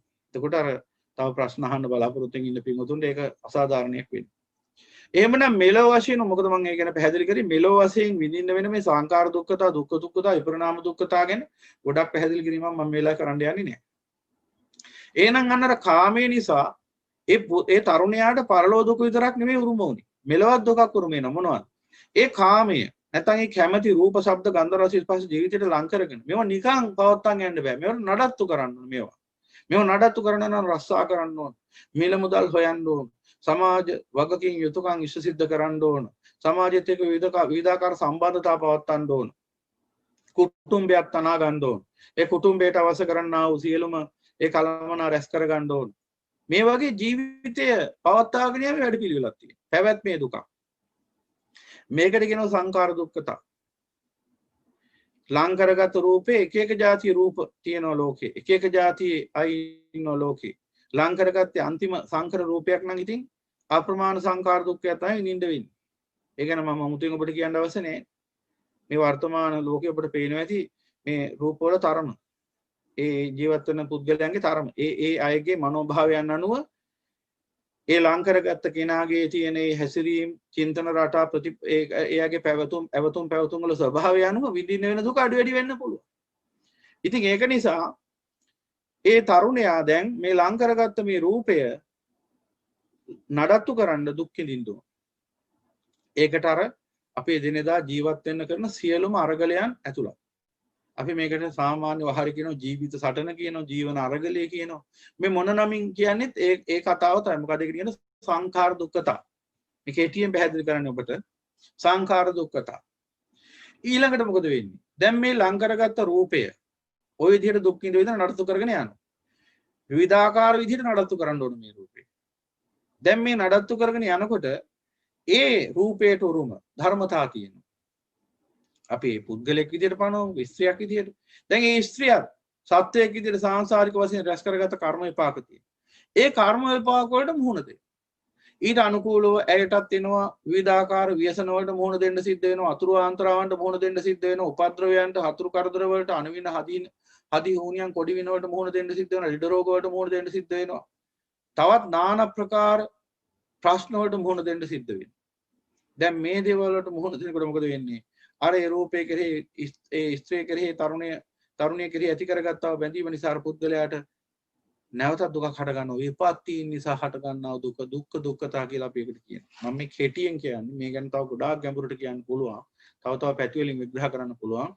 මේ මොහොතේ බණහන අයගේ මූලික ධර්ම අවබෝධය විතරයි මම මෙලා කියන්නේ. එතකොට මෙන්න මේ දුක්ඛ දුක්ඛතා විඳින්න සිද්ධ වෙනවා. එපමණක් නෙවෙයි. දැන් ඔක තවත් විග්‍රහ කරන්න පුළුවන්. පිහි උපයෝග දුක්ඛ අපේ සංපයෝග දුක්ඛ යන ආදී වශයෙන් තව ගැඹුරට ඔක විග්‍රහ කරන්න පුළුවන්. ආස්වාදය පිළිබඳව කතා කරද්දී සංකාර දුක්ඛතා දුක්ඛ දුක්ඛතා විපරිණාම දුක්ඛතා තවත් ගැඹුරු පැත්තකින් විග්‍රහ වෙනවා. ඒ ගැන පසුව සාකච්ඡා කරමු. මේ වෙලාවේ කෙටියෙන් ඔබට මේ මූලික ධර්ම අවබෝධයට අවශ්‍ය කාරණා ටික විතරයි මම මතු කරන්නේ. අද පළවෙනි දවසේ නිසා. එතකොට සංකාර දුක්ඛතා දුක්ඛ දුක්ඛතා දැන් විපatti දුක්ඛතාත් එනවා. ජීවිතේ විවිධාකාර විපත් වලට මුහුණ දෙන්න වෙනවා. ප්‍රශ්න වලට, කරදර වලට, ලෙඩ දුක් වලට, ආබාධ වලට নানা ප්‍රකාර උපද්‍රවයන්. මේ නිසාත් හට ගන්නවා දුකක්. අන්න එකට කියනවා දුක්ඛ දුක්ඛතා. දැන් එක පැත්තකින් සංකාර දුක්ඛතා, පැවැත්මේ දුක, නඩත්තුවේ දුක. අනිත් පැත්තෙන් දුක්ඛ දුක්ඛතා, විපatti දුක්ඛය. දැන් මේ දෙකට මුහුණ දෙමින් ජීවිතේ කොහොම හරි ඉස්සරහට පවත්තන් යනවා. ඒ තවත් දුකක් එනවා. සබ්බේහි මේ පිහි මනාපෙහි නානා භවිනා භවෝති. මනාපයි ප්‍රියයි කියලා ලං කරගත්ත හැමදේම තමන්ගේ ජීවිතෙන් ගිලිහි යන බව පේනවා. ඒ ලං කරගත්ත රූපයක් දැන් ගිලිහිලා යනවා. ඒ නිසා තමයි කවදා හරි දවසක් කියන්න වෙන්නේ බලන් කැඩපත සුඳුරියේ කුමන අරුමුද නරකෙසත් පැහිලා. ලං කරගන්නකොට නැති උනේ කළු කෙස්. දැන් තියෙන්නේ සුදු කෙස්. ලං කරගන්නකොට තිබුණේ පැහැදිලි බොහොම ප්‍රියමනාප පැහැපත් සම. දැන් තියෙන්නේ වැහැරිලා ගිය අව පැහැවෙච්ච අප්‍රසන්න සම. එකෙන්කට කියන්න අවශ්‍ය නැහැනේ. ලං කරගන්නකොට තිබිච්ච කේසා ලෝමා නකා දන්තා තචෝ නෙවෙයි දැන් තියෙන්නේ. ලං කරගත්ත පහ නෙවෙයි දැන් තියෙන්නේ. ලං කරගත්තේ 85 තමයි දැන් ඊට වැඩිය හොඳට 85 දැන් පේන්න අරගෙන. එතකොට අහන්න වෙනවා. බලන්න කැඩපත සුඳුරියේ පාට වත්සුණු දෙකෝපොලින් පෙසදා දැන් බලන්න ඕන. දැන් ආයි බොරුවට පවුඩර් ගාලා ඒ යථාර්ථය වහන්න බෑ. විපරිණාමයට වත් වෙලා ඉවර විනාශ වෙලා යන්නේ දැන් මේ රූපේ. එතකොට මොකද වෙන්නේ? මේ දේ දිහාත් බලාගෙන සතුටුක් වෙනවා. සතුට හිමි කර ගන්නවා. අනේ තමන් ප්‍රියයි කියලා මනාපයි කියලා ලං කරගත්ත හැමදේම ජීවිතින් ගිලිහිලා යනවා පේනවා. ප්‍රමාණිකෝලය ජරාවටපත් වෙලා මරණය කරා යනවා පේනවා. ඒ නිසා දුකක් හට ගන්නවා. ඒකට කියනවා විපරිණාම දුක්ඛතා කියලා. දැන් එහෙනම් යමක් සැපයි කියලා කාමයෙන් වැළඳගත්තාම ඒ පුද්ගලයාට මෙලොව වශයෙන් සංඛාර දුක්ඛතාව සකස් කිරීමේ පැවැත්මේ නඩත්තුවේ දුක විඳින්න වෙනවා. ඊළඟට දුක්ඛතා කියලා විපත්ති දුක්ඛේ විඳින්න වෙනවා. ඊළඟට විපරිණාම දුක්ඛතා කියලා ඒ සියල්ල තමන්ගෙන් ගිලිහිලා යන විපරිණාමයට පත් වෙනවා බලලා දුක් වෙන්න වෙනවා. එහෙනම් මෙලොව වශයෙන්ම දුක් තුනකට මුහුණ දෙන්න සිද්ධ වෙනවා කාමයේ නිසා. එහෙනම් ඔය දුක් තුනෙන්ම වැටකමින් තමයි ජීවත් වෙන්නේ ජීවිතේ පුරාම. හැබැයි අර පොඩි එකා අප්‍රමාණ වෙහෙසිලා කොම්පිට්ටු හදනවා, වැලිමාලික හදනවා, සෙල්ලංගේවල් හදනවා. ඌට තේරෙන්නේ මේ වෙහෙසෙනවා, බොරුවට මහන්සි වෙනවා, බොරුවට මේ දඟලන්නේ කියලා. ඌට ඒක ලොකු විනෝදයක්. ඒ වගේ නුවණින් තමන් කරන වැඩේ ගැන සිහි කරන්නේ නැති ලෝක සත්‍යයට ඔය ටිකක් සැපයි කියලා කියනවා. අපි මේ ඔක්කොම කරන්නේ ඉතින් සැප විඳින්නනේ. එහෙම තමයි ඉතින් ජීවිතේ මේව කරන්න එපා. ඉතින් දුක විඳොත් තමයි සැප ලැබෙන්නේ කිය හැමදාම දුක් විඳිනවා. කවදද ඇහුවොත් සැප ලැබුණේ ලැබෙන දවසක් නෑ. ඒක හැබිල්ල හැමදාම හෙට බාලගිරි දෝෂය සැපට.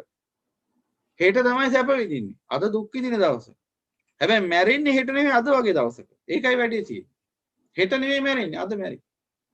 ඔහොම ඉන්න වෙලාවක කොයිලා කර හොක් ගාලා වණ ටික යනවා. හෙට නෙවෙයි මැරෙන්නේ අදයි මැරෙන්නේ. ඒ නිසා ඔය සැප විඳින දවස කවදා සංසාරේ උදා වෙන්නේ නැහැ. ඇයි එහෙම කියන්නේ? සැප උදා වෙනවා නම් කාගේ හරි ජීවිතේට එයාට පුළුවන් එදයින්ම ඒ සැප හොයන එක නතර කරන්න. මේ ලෝකේ ඔබට මුණ ගැහිලා තියෙනවද බුදුරජාණන් වහන්සේගේ බුද්ධ පුත්‍රයෙක් හැර වෙන කවුරුන් හෝ සැප හොයන එක නතර කරපු නෑ. ඇයි ඒ? තාම ලැබිලා නෑ. අර කාන්තාරේ මිරිඟුව පස්සේ දුවන මුවා තාම වතුර හොයනවා. ඇයි ඒ? ඌ දුවන්නේ මිරිඟුවක් පස්සේ. ඌට වතුර ලැබෙන්නේ නැහැ කවදාවත්. හැබැයි ඒක තේරුම් ගන්න තරම් ඥානයක් ඒ මුවාට නැති නිසා ඒ මුවා දිගින් දිගට මේ මිරිඟුව පස්සේ දුවගෙන යනවා. තාම දුවන. ඇයි ඒ? තාම ලැබුන්නේ නැහැ වතුර. දැන් එතකොට ඒ මිරිඟුවෙන් කවදා හෝ දවසක මුවාට වතුර ලැබෙයිද? නෑ. හැමදාම මුලාවටපත් වෙලා මැරෙනවා. මෙරි ආයි දුව බැඳගෙන යනවා මුලාව. ඒ මිරිඟුව. සියලෝ සතුන් හෙට සැප ලැබෙයි කියලා හිතාගෙන අද දුක් විඳිනවා. කවදා සැප නම් ලැබුණේ නැහැ. ලැබුණා නම් යමෙක් නවතින්න ඕන. මොකද හොයපු දේ ලැබුණාට පස්සේ ආයෙ හොයන්න දෙයක් නැහැ. හැබැයි ඔබට එහෙම නැවතිච්ච කෙනෙක් හම්බෙලා තිනවද කවදාවත් ජීවිතේ? එහෙම කෙනෙක් මුණ ගැහෙන්නේ නැහැ. බුදුරජාණන් වහන්සේගේ බුද්ධ පුත්‍රය හැර ඒ අය නවතින්නේ සැප හොයන්න ගිහිල්ලා ඒක මුලාව බව දැනගත්තට පස්සේ. මං ආන්නේ එහෙම නෙවෙයි. සැප ලැබුණා මට ඔය ලෝකේ හොයපු කාම සැපේ ආස්වාදයක සදාතනික සැපයක් මට උරුම වෙලා තියෙන. ඒ නිසා මට දැන් ආයෙ හොයන්න දෙයක් නැහැ කියලා නැවතිච්ච ලෝක වැඩ පිළිවෙල තුල කෙනෙක් ඔබට මුණ ගැහෙන්නේ නැහැ කවදාවත්. මිරිඟුවක් පස්සේ ලුහු බඳින මුවන්සේ කාමෙන් ආස්වාදයක් සතුටක් හොයමින් මේ සැපක් ලැබෙයි කියලා හිතාගෙන මේ හිස් මායාව පස්සේ ලුහු බඳිනවා. තමන්ගේම හිතින් හදාගත්ත මුලාවක්. එහෙනම් බලන්න අර තරුණයා දුක් විඳේ ඇයි? තමන්ගේම හිතේ ගොඩනැගිච්ච මුලාවක් නිසා. තමන්ගේම හිතේ ගොඩනැගිලා තිබුණා මේ බඳු රූපයකින් උදා වෙන්නේ සැප කියලා. නමුත් ඔහු හිතාගෙන හිටපු දේ සහමුලින්ම වැරදි. ඒ බඳු රූපයකින් ලැබෙන්නේ සැප කියලා ඔහු හිතාගෙන හිටියට ඇත්තටම ඔහුට මෙලොවත් උරුමුනි දුක, පරලොවත් උරුමෙන්නේ දුක. මෙලොවත් ඉපදුනේ මෙලවත් ඒ රූපේ නිසා හටගත් සංඛාර දුක්ඛතා, දුක්ඛ දුක්ඛතා, විපරිණාම දුක්ඛතා, පරලෝක දුක්ඛස්කන්ධය, මෙලවත් දුක්ඛස්කන්ධය, පරලෝක දුක්ඛස්කන්ධය. නමුත් ඔහු හිතන් හිටියේ මොකද්ද? ඒ තමන්ගේ සංකල්පී රාගයෙන් ඒ ඇති කරගත්ත නිගමනය ඔහුට සැපක් උරුම කරලා දෙයි කියලා. ඒ සිහින කුමාරිය, සිහින කුමාරයේ සිහින රූපය තමන්ට සැප උදා කරලා දෙයි කියලා. නමුත් උදා කරලා දුන්නේ මෙලවත් දුක, පරලොවත් දුක. එහෙනම් අන්න පටිච්ච සමුප්පන්නව බලන්න ඕන සියලු ලෝසතුන් මෙන්න මේ විදිහට තමන්ගේම සිතේ සංකල්පයකට රැවටිලා ඉන්නේ. හැම කෙනෙක්ගේම තියෙන පොදු එකඟතාවක් තමයි තමන්ගේ හිතේ තියෙන මෙන්න මේ සංකල්පී රාගෙන් තමන්ට සැප උපදිනවා කියන මූලාව. ඒ සංකල්පී රාගය අතින් සියලුම දෙනාගේ එකඟතාවක් තියෙන. ඒ තමයි තමන්ගේ හිතේ තියෙන මෙන්න මේ සංකල්පී රාගේ තමන්ට සැප පිණිස පවතින්නේ කියලා. ඒ නිසා තමයි තම තමන්ගේ හිත ඇතුලේ හැදිච්ච සංකල්ප වශයෙන් මේ ලුහු බඳින්නේ. මෙහි බැරි නම් වෙන රටක හරි පිටසක් වලක හරි කොහේ හරි යනවා. ඇයි ඒ? අර සංකල්පයේ පස්සේ ලුහු බැඳගෙන යන්නේ මේ. දැන් ඔබ හිතන්න ඒ සියලුම දෙනාගේ එකඟතාව තමයි තමන් මේ ලුහු බඳින සංකල්පයේ තුලින් නැත්තම් මේ සංකල්පයේ රාගයේ තුලින් තමන්ට සැප උපදිනවා කියන එක. නමුත් සත්‍ය වශයෙන් මේ සියලුම දෙනා තම තමන්ගේ සංකල්පයට අනුකූලව උරුම කරගෙන තියෙන දුකක් නෙවෙයි. හැම කෙනෙක්ම මේ ජාති ජරා ව්‍යාධි මරණ ශෝක පරිදේ දුක්ඛ දොමන සුපායාස කියන මේ දුක් ගොඩේ පිළිපිලි ජීවත් වෙනව නෙවෙයි. එතකොට ඒ පුද්ගලයන්ගේ හිතේ එහෙනම් ගොඩනැගිලි දෙන මේ සංකල්පී රාගයේ සත්‍යයක්ද? යථාර්ථයක්ද? ඒකෙන් උරුම කරලා දීලා තියෙන සත්‍ය වශයෙන් සැපද දුකද? පටිසමුප්පාදයට අනුව බලන්න ඕන. එහෙනම් මේ සංකල්පී රාගය කියන්නේ අපි සැපයි මෙන්න මෙබඳු රූපයක්, සද්දයක්, ගන්ධයක්, රසයක්, ස්පර්ශයක්, අදහසක් ජීවිතේට සැප උදා කරලා දෙනවා කියලා හිත ඇතුලේ ගොඩනැගිලා තියෙන සංකල්ප ලුහු බැඳගෙන ගිහිල්ලා අද විඳින්නේ සැපද දුකද කියලා නුවණින් බලන්න ඕන. මෙහෙම ඉන්නකොට මේ සමාජයට බණ කියද්දි මේ භික්ෂුවගෙත් පණ යන්න පුළුවන්. බණ අහගෙන ඉන්න ඔබෙත් පණ යන්න පුළුවන්. දැන් පණ ගියොත් මේ මොහොතේ මොකද වෙන්නේ? මෙතෙක් වින්දද සැප. දැන් මරණයෙන් පස්සේ අපුරු වෙනවා. ධර්මාවබෝධය ලබා ගන්න නෙවෙයි නම් ඉන්නේ හතර අපායටයි යන්නේ. ආයි හොයන්න දෙයක් නැහැ ඒක. අති බහුතරයක් දෙනා මානවී බුදු පියාණන් වහන්සේ දේශනා කළේ නාගසිකෝපම සූත්‍රය. උන්වහන්සේ මොකක්ද මේ පෙන්නන්නේ? නියපොත්තේ පස් ඩිග්ගක් තවරගෙන අහනවා මහාන මගේ මේ නියපොත්තේ තියෙන පස්ද වැඩි මේ මහ පොළොවේ තියෙන පස්ද වැඩි? ඕන ඥානවන්තයෙක්ට ඕක හිතුවොත් තේරෙනවා පැහැදිලිවම මේ බුදු පියාණන් වහන්සේ දේශනා කරන්නේ මැරෙන තරමක් කෙවුන් යන්නේ සතර අපායට බව. කියන්නේ දේශනා කරන්න බව. මොකද මහා පොළොවේ තියෙන පස් එක්ක මේ නියපොත්තේ තියෙන පස් ටික ගත්තාම ඔක උපමා කරන්න බැරි තරම් කුඩා ප්‍රමාණයක් නියපොත්තේ තවරින්නේ මහා පොළොවේ පස් එක්ක බැලුවාම. ඉතින් එහෙනම් මේ මහා පොළොවේ පස්නේ අප්‍රමාණ. එහෙනම් ඒ කියන්නේ මේ මැරෙන තරමක් සත්‍යය යන්නේ සතර පායට. ඒකයි උන්වහන්සේ දේශනා කරා. දැන් අපිට මේ මුණ ගැහෙන මේ අති බහුතරයක් දෙනාගෙන් කීයෙන් කී දෙනාද ඉන්නේ තථාගතයන් වහන්සේගේ ශ්‍රී සද්ධර්මය අස අවබෝධ කරගෙන මේ කාමයේ දුකක් බව අවබෝධ කරගත්ත. අන්නේ විතර සතර පායට යන්නේ නැත්තේ. අනිත් අති බහුතරයම සතර පායට යන්නේ. මොකද ඒකට හේතුව සිතට වහල් වෙච්ච සත්‍යය. සිත අවබෝධ කරපු නැති සත්‍යය සෑම විටම පිහිටා සිටින්නෙම දුගතියේ සිත. ඒ කියන්නේ අකුසලයේම හිත පිහිටා. අකුසලයේම හිත පිහිටලා තියෙන්නේ හැමතිස්සෙම. ඇයි උහුට ඒ සිත දමනය කරගන්න බැහැ. නිසාම ඒ හිත ඇදි යන්නේ කාමයේ දිහාට. යත්ත කාම නිපාතිනෝ. කාමයේ දිශ තමයි පතිත වෙන්නේ. ඒ කියන්නේ ඒ හිත හැමතිස්සෙම කැමැති අරමුණුමයි හොයන්නේ. කැමැති රූප, කැමැති ශබ්ද, කැමැති ගන්ධ, කැමැති රස, කැමැති ස්පර්ශ, කැමැති අදහස්මයි හොය ඉන්නේ. ඒකට තමයි ජීවිතය කියන්නේ. ඒක තමයි තමන්ගේ විනෝදාංශය කියන්නේ. නැත්නම් විනෝදේ කියන්නේ ජීවත් වෙනවා කියන්නේ මොකක් හරි ඔකට නමක් දාගන්න පුළුවන්. එන්ටර්ටේන්මන්ට් ගේ රටිනේ තියව කියයි. හැමතිස්සෙම හොයන්නේ සංසාරේ මරණි. හැමතිස්සෙම හොයන්නේ දුක්ඛ ස්කන්ධය. නමුත් දන්නේ නැහැ ඒ බව. ඇයි? මතු පිටින් පේන දේ විතරයි පිළිගන්නේ. ඇහැට පේන ටික විතරයි පිළිගන්නේ. කනට ඇහෙන ටික විතරයි පිළිගන්නේ. ප්‍රඥාවට ගෝචර වෙන යථාර්ථය තේරුම් ගන්න ශක්තියක් නැහැ. ඒ නිසා මොකෝ වෙන්නේ? අඥානයක් විදිහට මම්මුලා වෙලා මේ ජීවිතේ ජීවත් වෙලා අනන්ත දුක් විඳලා මැරලා ගිහලා ඊටත් වඩා දුක් විඳිනා සතර අපාගත ජීවිතයකටපත් වෙනවා. එහෙමනම් දැන් අර සත්‍යය හිතාගෙන හිටියේ Tamanට සැප උදා වෙයි කියලා අර කාමයේ නිසා, Tamanගේ කාමයේ නිසා, Tamanගේ කැමැත්ත නිසා, Taman ආස්වාදයේ ලැබෙයි කියලා Tamanගේ හිතේ ගොඩනැගිලා තියෙන මෙන්න මෙබඳු රූපයකින්, සද්දයකින්, ගන්ධයකින්, රසයකින්, ස්පර්ශයකින්, අදහසකින් සැප උදා වෙයි කියලා. ඒ සැප උදා වෙයි කියලා Tamanගේ හිතේ ගොඩනැගිලා තිබිච්ච සංකල්පීය රාගය ඔහු හිතන් හිටියේ Tamanට සැප දෙන එකක් කියලා ඇත්තට. නමුත් ඔහු දැනන් හිටියේ නෑ මේ තුච්ච නින්දිත සිතේ මේ උපක්‍රමයක් කියලා. ඇයි ඒ? මේ සිතේ රාග දේශ මොහ චේතනා උපද්දන්න නම් මේ සිතේ අනවබෝධය පවතින්න ඕන. අනවබෝධය මොකද්ද? කාමයේ සැපයි කියන වැරදි සහගත දෘෂ්ටිය, සංඥාව, චිත්තය තුනක් තියෙන විපල්ලාස. මේ කාමයේ සැපයි කියන වැරදි අදහස පවතින්න ඕනේ සිතේ. කාමයේ සැපයි කියන වැරදි අදහස පැවතුනොත් විතරයි ඒ සිත නැවත නැවත ආස්වාදයේ සොයමින් කටයුතු කරන්නේ. එතකොට තමයි පුළුවන් වෙන්නේ නැවත නැවත රාග දේශ මොහ චේතනා උපද්දමින් කර්ම රැස් කරගන්න. එතකොට තමයි පුළුවන් වෙන්නේ නැවත නැවත කර්ම භවය සකස් කරගන්න. එතකොට තමයි පුළුවන් වෙන්නේ නැවත නැවත මේ භයානක සංසාරي සැරිසරන්න. ඒ නිසා මේ සිත මොකද කරන්නේ? හැමතිස්සෙම මේ සිත විසින්ම සිතේ අනවබෝධය ආරක්ෂා කරගෙන යන්නේ. මේ ගහා ගැඹුරු ධර්මයක්. මේ එකපාරටම කෙනෙක්ට මේ ඔක්කොම දේවල් තේරෙන්නේ නැති වෙන්න පුළුවන්. නමුත් ටික ටික තේරුම් ගමු. සිත විසින්මයි සිතේ මේ ක්‍රියාවලිය පවත්වාගෙන යන්නේ. ධම්මෝ ධම්මේ අபிසන්දේන්ති. සිත ධර්මතාව, සිත නැමැති ධර්මතාව, මේ සංසාරයේ නැමැති ධර්මතාව පවත්වාගෙන යන සිත විසින්. එතකොට මොකද කරන්නේ? සිත හැමතිස්සෙම මේ සිතම අනවබෝධය රඳව ගන්න සිත විසින්ම සිත ඇතුලේ මුගලක් හදාගෙන ඉන්නවා සංකල්පී රාගයේ. ඒ කියන්නේ මේ රූප ශබ්ද ගන්ධ රස ස්පර්ශ ධර්ම ඇසුරු කිරීමෙන් සැප උපදිනවා කියලා හැම සත්වයකගේම හිතේ තියෙන සංකල්පීය රාගයක්. අන්න ඒකට තමයි කාමය කියන්නේ. එහෙනම් පින්වතුනි යම් පුද්ගලයෙක්ගේ හිතේ තියෙනවා මෙබඳු රූප ශබ්ද ගන්ධ රස ස්පර්ශ ධර්ම වලින් සැප උපදිනවා කියලා මෙන්න මේ සංකල්පීය රාගය. දැන් අපි අර තරුණයාම ගමු. අර තරුණයාගේ හිතේ එහෙම සංකල්පීය රාගයක් දැන් තිබුණා. මෙබඳු රූපයකින් සැප උපදිනවා. මෙබඳු සද්දයකින් ගන්ධයකින් රසයකින් ස්පර්ශයකින් අදහසකින් සැප උපදිනවා කියලා මුලා සහගත මෙන්න මේ කාමේවත් සංකල්පීය රාගය. දැන් ඔහොම තියෙද්දි ඔය තරුණයා මේ ජීවිතේදීම ඒ කාමයේ ආදීන යම් ආකාරයකින් අත්විඳිනවා. අපි හිතමු ඔහු විවාහ වුණා, විවාහයේ විවිධාකාර ප්‍රශ්න හටගත්තා. විවිධාකාර චපලකම් සිද්ධ වුණා. දැන් ඔහුට විවාහය අප්‍රසන්න වුණා. කාමයේ පිළිබඳවත් බලාපොරොත්තු කඩවීමක් සිද්ධ වුණා. කාමයේ පිළිබඳ යම්කිසි ලෞකික මේ කලකිරීමක් ඇති වුණා. ඔහොම ඉන්නතර ඔහුට කල්යාණ මිත්‍රයෙක් මුණ ගැහිලා. ඔහුට දෙනවා මෙන්න මේ බණ ටික අහන්න කියලා. දැන් මේ තරුණයාට. දැන් මේ තරුණයා මේ බණ ටික අහනවා.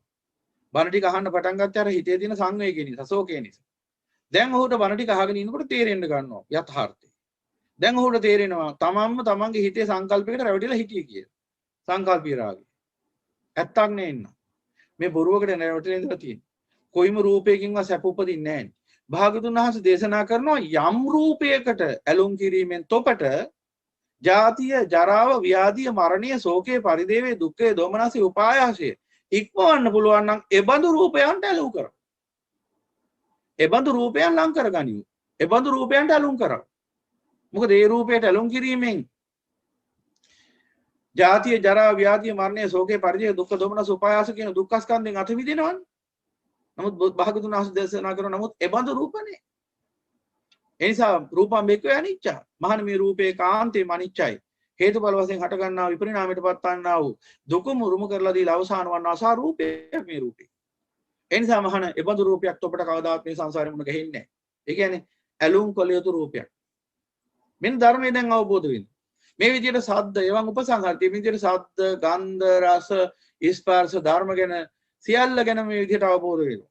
එතකොට පේනවා අන්න භාගතුන් වහන්සේ දේශනා කරන යම් රූපයකට ඇලුම් කිරීමෙන් යම් සද්දයකට ගන්ධයකට රසයකට ස්පර්ශයකට අදහසකට ඇලුම් කිරීමෙන් තොපට මේ ජාතිය ජරා ව්‍යාධිය මරණය ශෝකය පරිදේව දුක්ඛ දෝමනස උපායාස කියන මේ දුක්ඛ ස්කන්ධෙන් අත මිදීමක් තියෙනවා නම් එබඳු රූප ශබ්ද ගන්ධ රස ස්පර්ශ ධර්මයන්ට ඇලුම් කරව.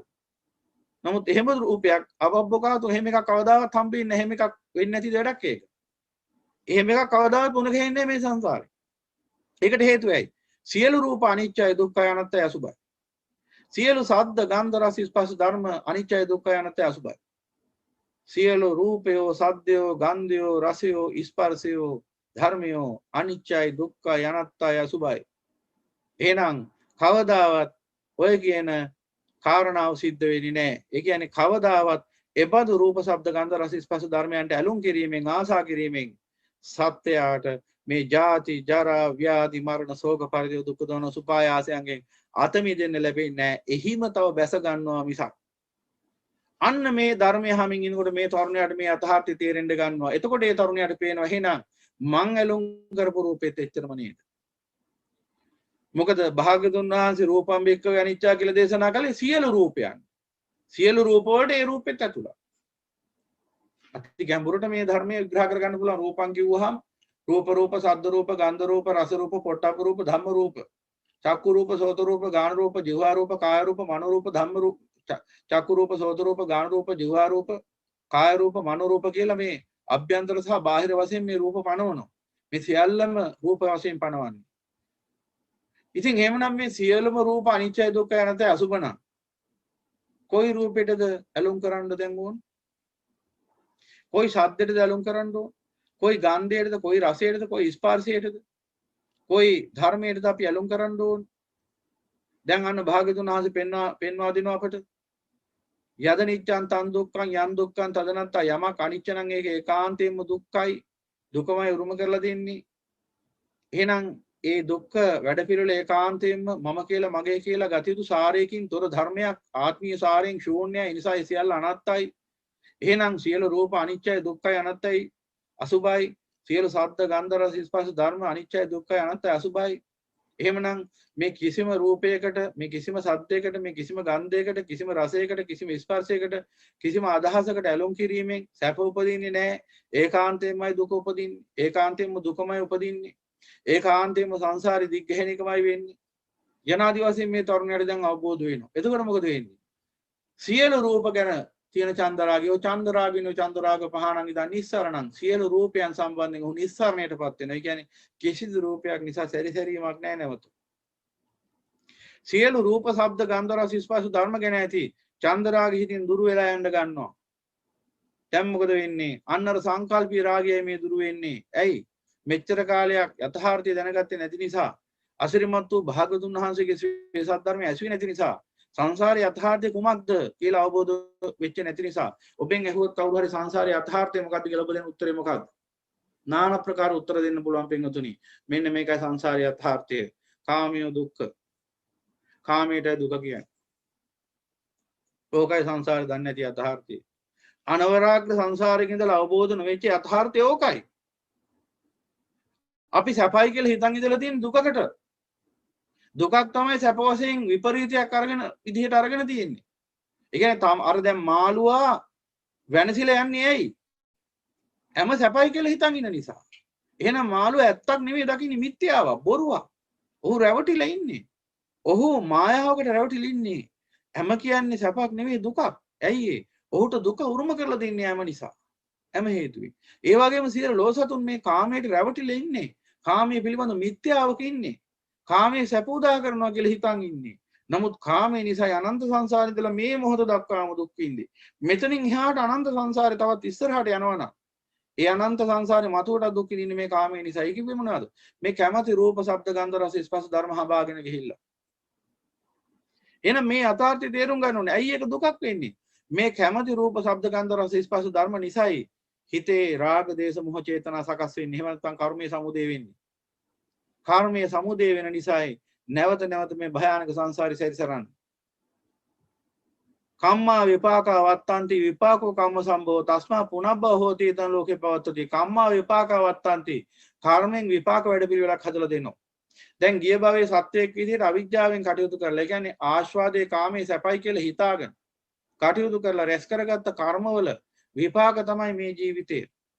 මේ ජීවිතයේ අස කන නාසය දිව ශරීරයේ මනස කියන අභ්‍යන්තර රූපත්, රූප ශබ්ද ගන්ධ රස ස්පර්ශ ධර්ම කියන මේ බාහිර රූපත් නැත්නම් අභ්‍යන්තර සහ බාහිර කියන මේ ආයතන ධර්ම සමුදය වුණේ සකස් වුණේ පෙර භවයේ කර්මයෙන්. එහෙමනම් ඒකට කියනවා කම්මා විපාකවත්තන්ති කර්මෙන් විපාකවලට පිළිවෙලක් හදලා දුන්නා. දැන් මොකද වෙන්නේ? මේ භවයේ පෙර භවයේ කර්මයේ විසින් සමුදය කරලා දීපු සකස් කරලා දීපු මේ සංකත ධර්ම, මේ අස කන නාසය දිව ශරීරයේ මනස, රූප ශබ්ද ගන්ධ රස ස්පර්ශ ධර්ම කියන මෙන්න මේ නාම රූප ධර්ම දැනුත් අනවබෝධයෙන් පරිහරණය කරනවා මේ සිත. ඒ නිසා මොකද වෙන්නේ? විපාකෝ කම්ම සම්භව. ඒ විපාකය ඇසුරු කරගෙන අලලාගෙන නැවත කර්මයේ සමුදේ වෙනවා, සම්භව වෙනවා. තස්මා පුනබ්බව හෝති. ඒකෙන් මොකද්ද වෙන්නේ? පුනර්භවය සකස් වෙනවා. ඒතන් ලෝකේ පවත්ත තියෙන නිසා ලෝකේ නැවත නැවත සකස් වෙනවා, පවතින. එහෙනම් පින්වතුනි බලන්න වෙන දේ. පෙර භවයේ අනවබෝධයෙන් කටයුතු කරලා කර්ම රැස් වුණා. ඒ රැස් වෙච්ච කර්ම වලින් මේ භවයේ හැදුනා. මේ භවයත් අනවබෝධයෙන් පරිහරණය කරනවා. ඒ නිසා මේ භවයේත් කර්ම රැස් වෙනවා. ඒ කර්ම වලින් ඊළඟ භවයේ සකස් වෙනවා. ඊළඟ භවයේ අනවබෝධයෙන් ජීවත් වෙනවා. ඒ නිසා ඒන් කර්ම රැස් වෙනවා. ඒ කර්ම වලින් ඊළඟ භවයේ හැදිනවා. කවදාද මේ සංසාර ගමනින් අත මිදෙන්නේ? කවදාද මේ ගමන නතර වෙන්නේ? කවදා හෝ දවසක නම් මේ භවය අවසන් වෙන්නේ යම් උත්තරීතර මනුස්ස භවයකදී හෝ යම් උසස් භවයකදී කියන්නේ මනුස්ස සුගතියකදී හෝ දේව බ්‍රහ්ම ආදී සුගතියකදී පරම උත්තරීතර ශ්‍රී සද්ධර්මය ඇසෙන්නට ඕන. ඒ අසිරිමත් වූ මහා ශාස්ත්‍රවරයන් වහන්සේගේ උන්වහන්සේගේ නිර්මල ධර්මය ඇසිලා අවබෝධ වෙලා ඒ ධර්මයේ මිනිහි කරලා ප්‍රත්‍යක්ෂ කරගත්තා නම් අන්න ඒයින් පස්සේ අන්නර කර්ම සමුදය වෙන එක නතර කරගන්න පුළුවන්කම තියෙනවා. විපාක කර්ම ගෙවල අවසන් කරගන්න වෙනවා ඒ මරණයට ජීවත් වෙන ගමනේදී. හැබැයි අලුතෙන් රැස් වෙන කර්ම සමුදය වෙන ක්‍රියාවලිය සාධාරණව නවත්තන්න පුළුවන්කම ලැබෙනවා. එතකොට මොකද වෙන්නේ? අන්න එතකොට පුළුවන්කම තිබෙනවා කෙනෙක්ට මේ භයානක සංසාරයෙන් අත මිදලා ඒ නිවනටපත් වෙන්න.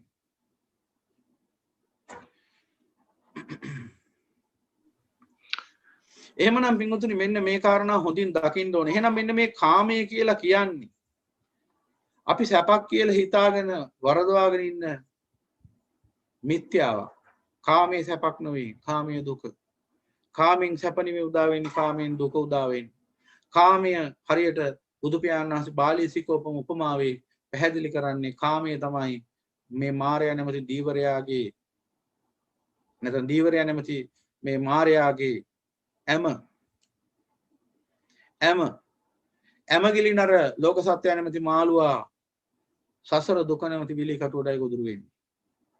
ඔන්න භාග්‍යවතුන් වහන්සේගේ උපමාව. ඒ නිසා භාග්‍යවතුන් වහන්සේ පෙන්වා දෙනවා මහාන අනන්ත සංසාරින් ඉඳලා සත්‍යය මේ විදිහට අනවබෝධයෙන් යුක්තව කටයුතු කරලා මේ මායя නැමැති දීවරයාගේ නැමැති මේ පංචකාමී නැමැති ඇමගිලලා මේ විදිහට භවෙන් භවයට බිලි වුණා මායයට. එහෙනම් සංසාරේ මායයට බිලි වුණේ නිකන් නෙවෙයි. කාමී නැමැති ඇමගිලලා. එhmenan මේ භවයේත් ඔබ මායයට බිලි වෙන්නේ නිකන් නෙවෙයි. මායයාගේ ඇම නැමැති මේ කාමී නැමැති ඇමගිලලා. එහෙමනම් පින්වතුනි ඔබ නුවණින් වටහා ගන්න ඕන මේ කාමයේ කියන්නේ මේ සිතේ මුගුලක්. මේ සිත මේ කාමයේ නැමැති මෙන්න මේ සංකල්පී රාගේ පවත්තන් යන්නේ නැවත නැවත කර්ම සමුදය කරගෙන මේ සංසාර ගමන නිර්මාණය කරගන්න. ඒ නිසා භාග්‍යවතුන් වහන්සේගේ මේ ධර්මය මේ සිතට මේ මායයට එරෙහි ධර්මයක්. මේ මායව පරාජය කිරීම පිණිස දේශනා කරපු ධර්මයක්. ඒ නිසා භාග්‍යවතුන් වහන්සේ මේ පවිතු මායя කියලා මේ නිග්‍රහ කරමින් දොස් නගන්නේ මේ තුච්ච නින්දිත සිතට රාගෙන් දේශෙන් මොහෙන් ක්‍රියාත්මක වන මේ චිත්ත ස්වභාවයන්ට. එහෙනම් පින්වතුනි අපිට පුළුවන්කම ලැබෙන්න ඕන අසිරිමත් වූ භාග්‍යවතුන් වහන්සේගේ මේ ශ්‍රී සද්ධර්මයේ පටිසමුප්පාදයට අනුව අවබෝධ කරගෙන මේ කාමයේ නිසා අපි මේ සැපයි කියලා හඹාගෙන යන මේ රූප ශබ්ද ගන්ධ රස ස්පර්ශ ධර්ම නිසාම සිතේ මොහොතක් පාසා කර්ම රැස් වෙන බව මොනින් දැක ගන්න. ඒ රැස් වෙන කර්ම නිසා නැවත නැවත කර්ම භවයේ සකස් වෙන බවත්, ඒ කර්ම භවයෙන් පුනර්භවය හදන බවත්, ඒ පුනර්භවය නිසා පුනර්ජාතිය සකස් කරන නැවත දුක්ඛ ස්කන්ධය සමුදය වෙන බවත් මොනින් දකි. අන්න එතකොට න්‍යායාත්මක අවබෝධයක් එනවා කාමයේ දුක කියන්නේ ඇයි කියලා. කාමයේ දුක කියන්නේ ඇදහිල්ලක් නෙවෙයි. කාමයේ දුක කියන්නේ ප්‍රඥාවට ගෝචර වන්නා වූ සත්‍යයක් යථාර්ථයක්. එහෙනම් දුක්ඛෝති බික්කවේ කාමානමේ තං අදිවචනං කියලා භාග්‍යවතුන් වහන්සේ මහාන දුක කියන්නේ කාමයටයි කියලා දේශනා කරේයි කියලා අන්නේ අනුසාරයෙන් තෝරගන්න කෙනෙක්ට පුළුවන්කම තියෙනවා. ඉතින් ඒ පිළිබඳව තව දීර්ඝ විස්තර දීර්ඝ පැහැදිලි කිරීම අපි ඉදිරියටත් සිද්ධ කරගෙන යන්න මම හිතනවා මේ වෙලාවේ අපේ කල්යාණ මිත්‍රයාට අහපු ප්‍රශ්නයට උත්තරයක් ඒ දේශනාවේ අනුශාසනාව තුළ තියෙන්නට ඇති කියලා මම කියන්නේ පූර්ණ උත්තරයක් කියලා. මොකද තව දීර්ඝ වශයෙන් ඒ කාරණා අපිට පැහැදිලි කරගන්න පුළුවන්. මේ කියපු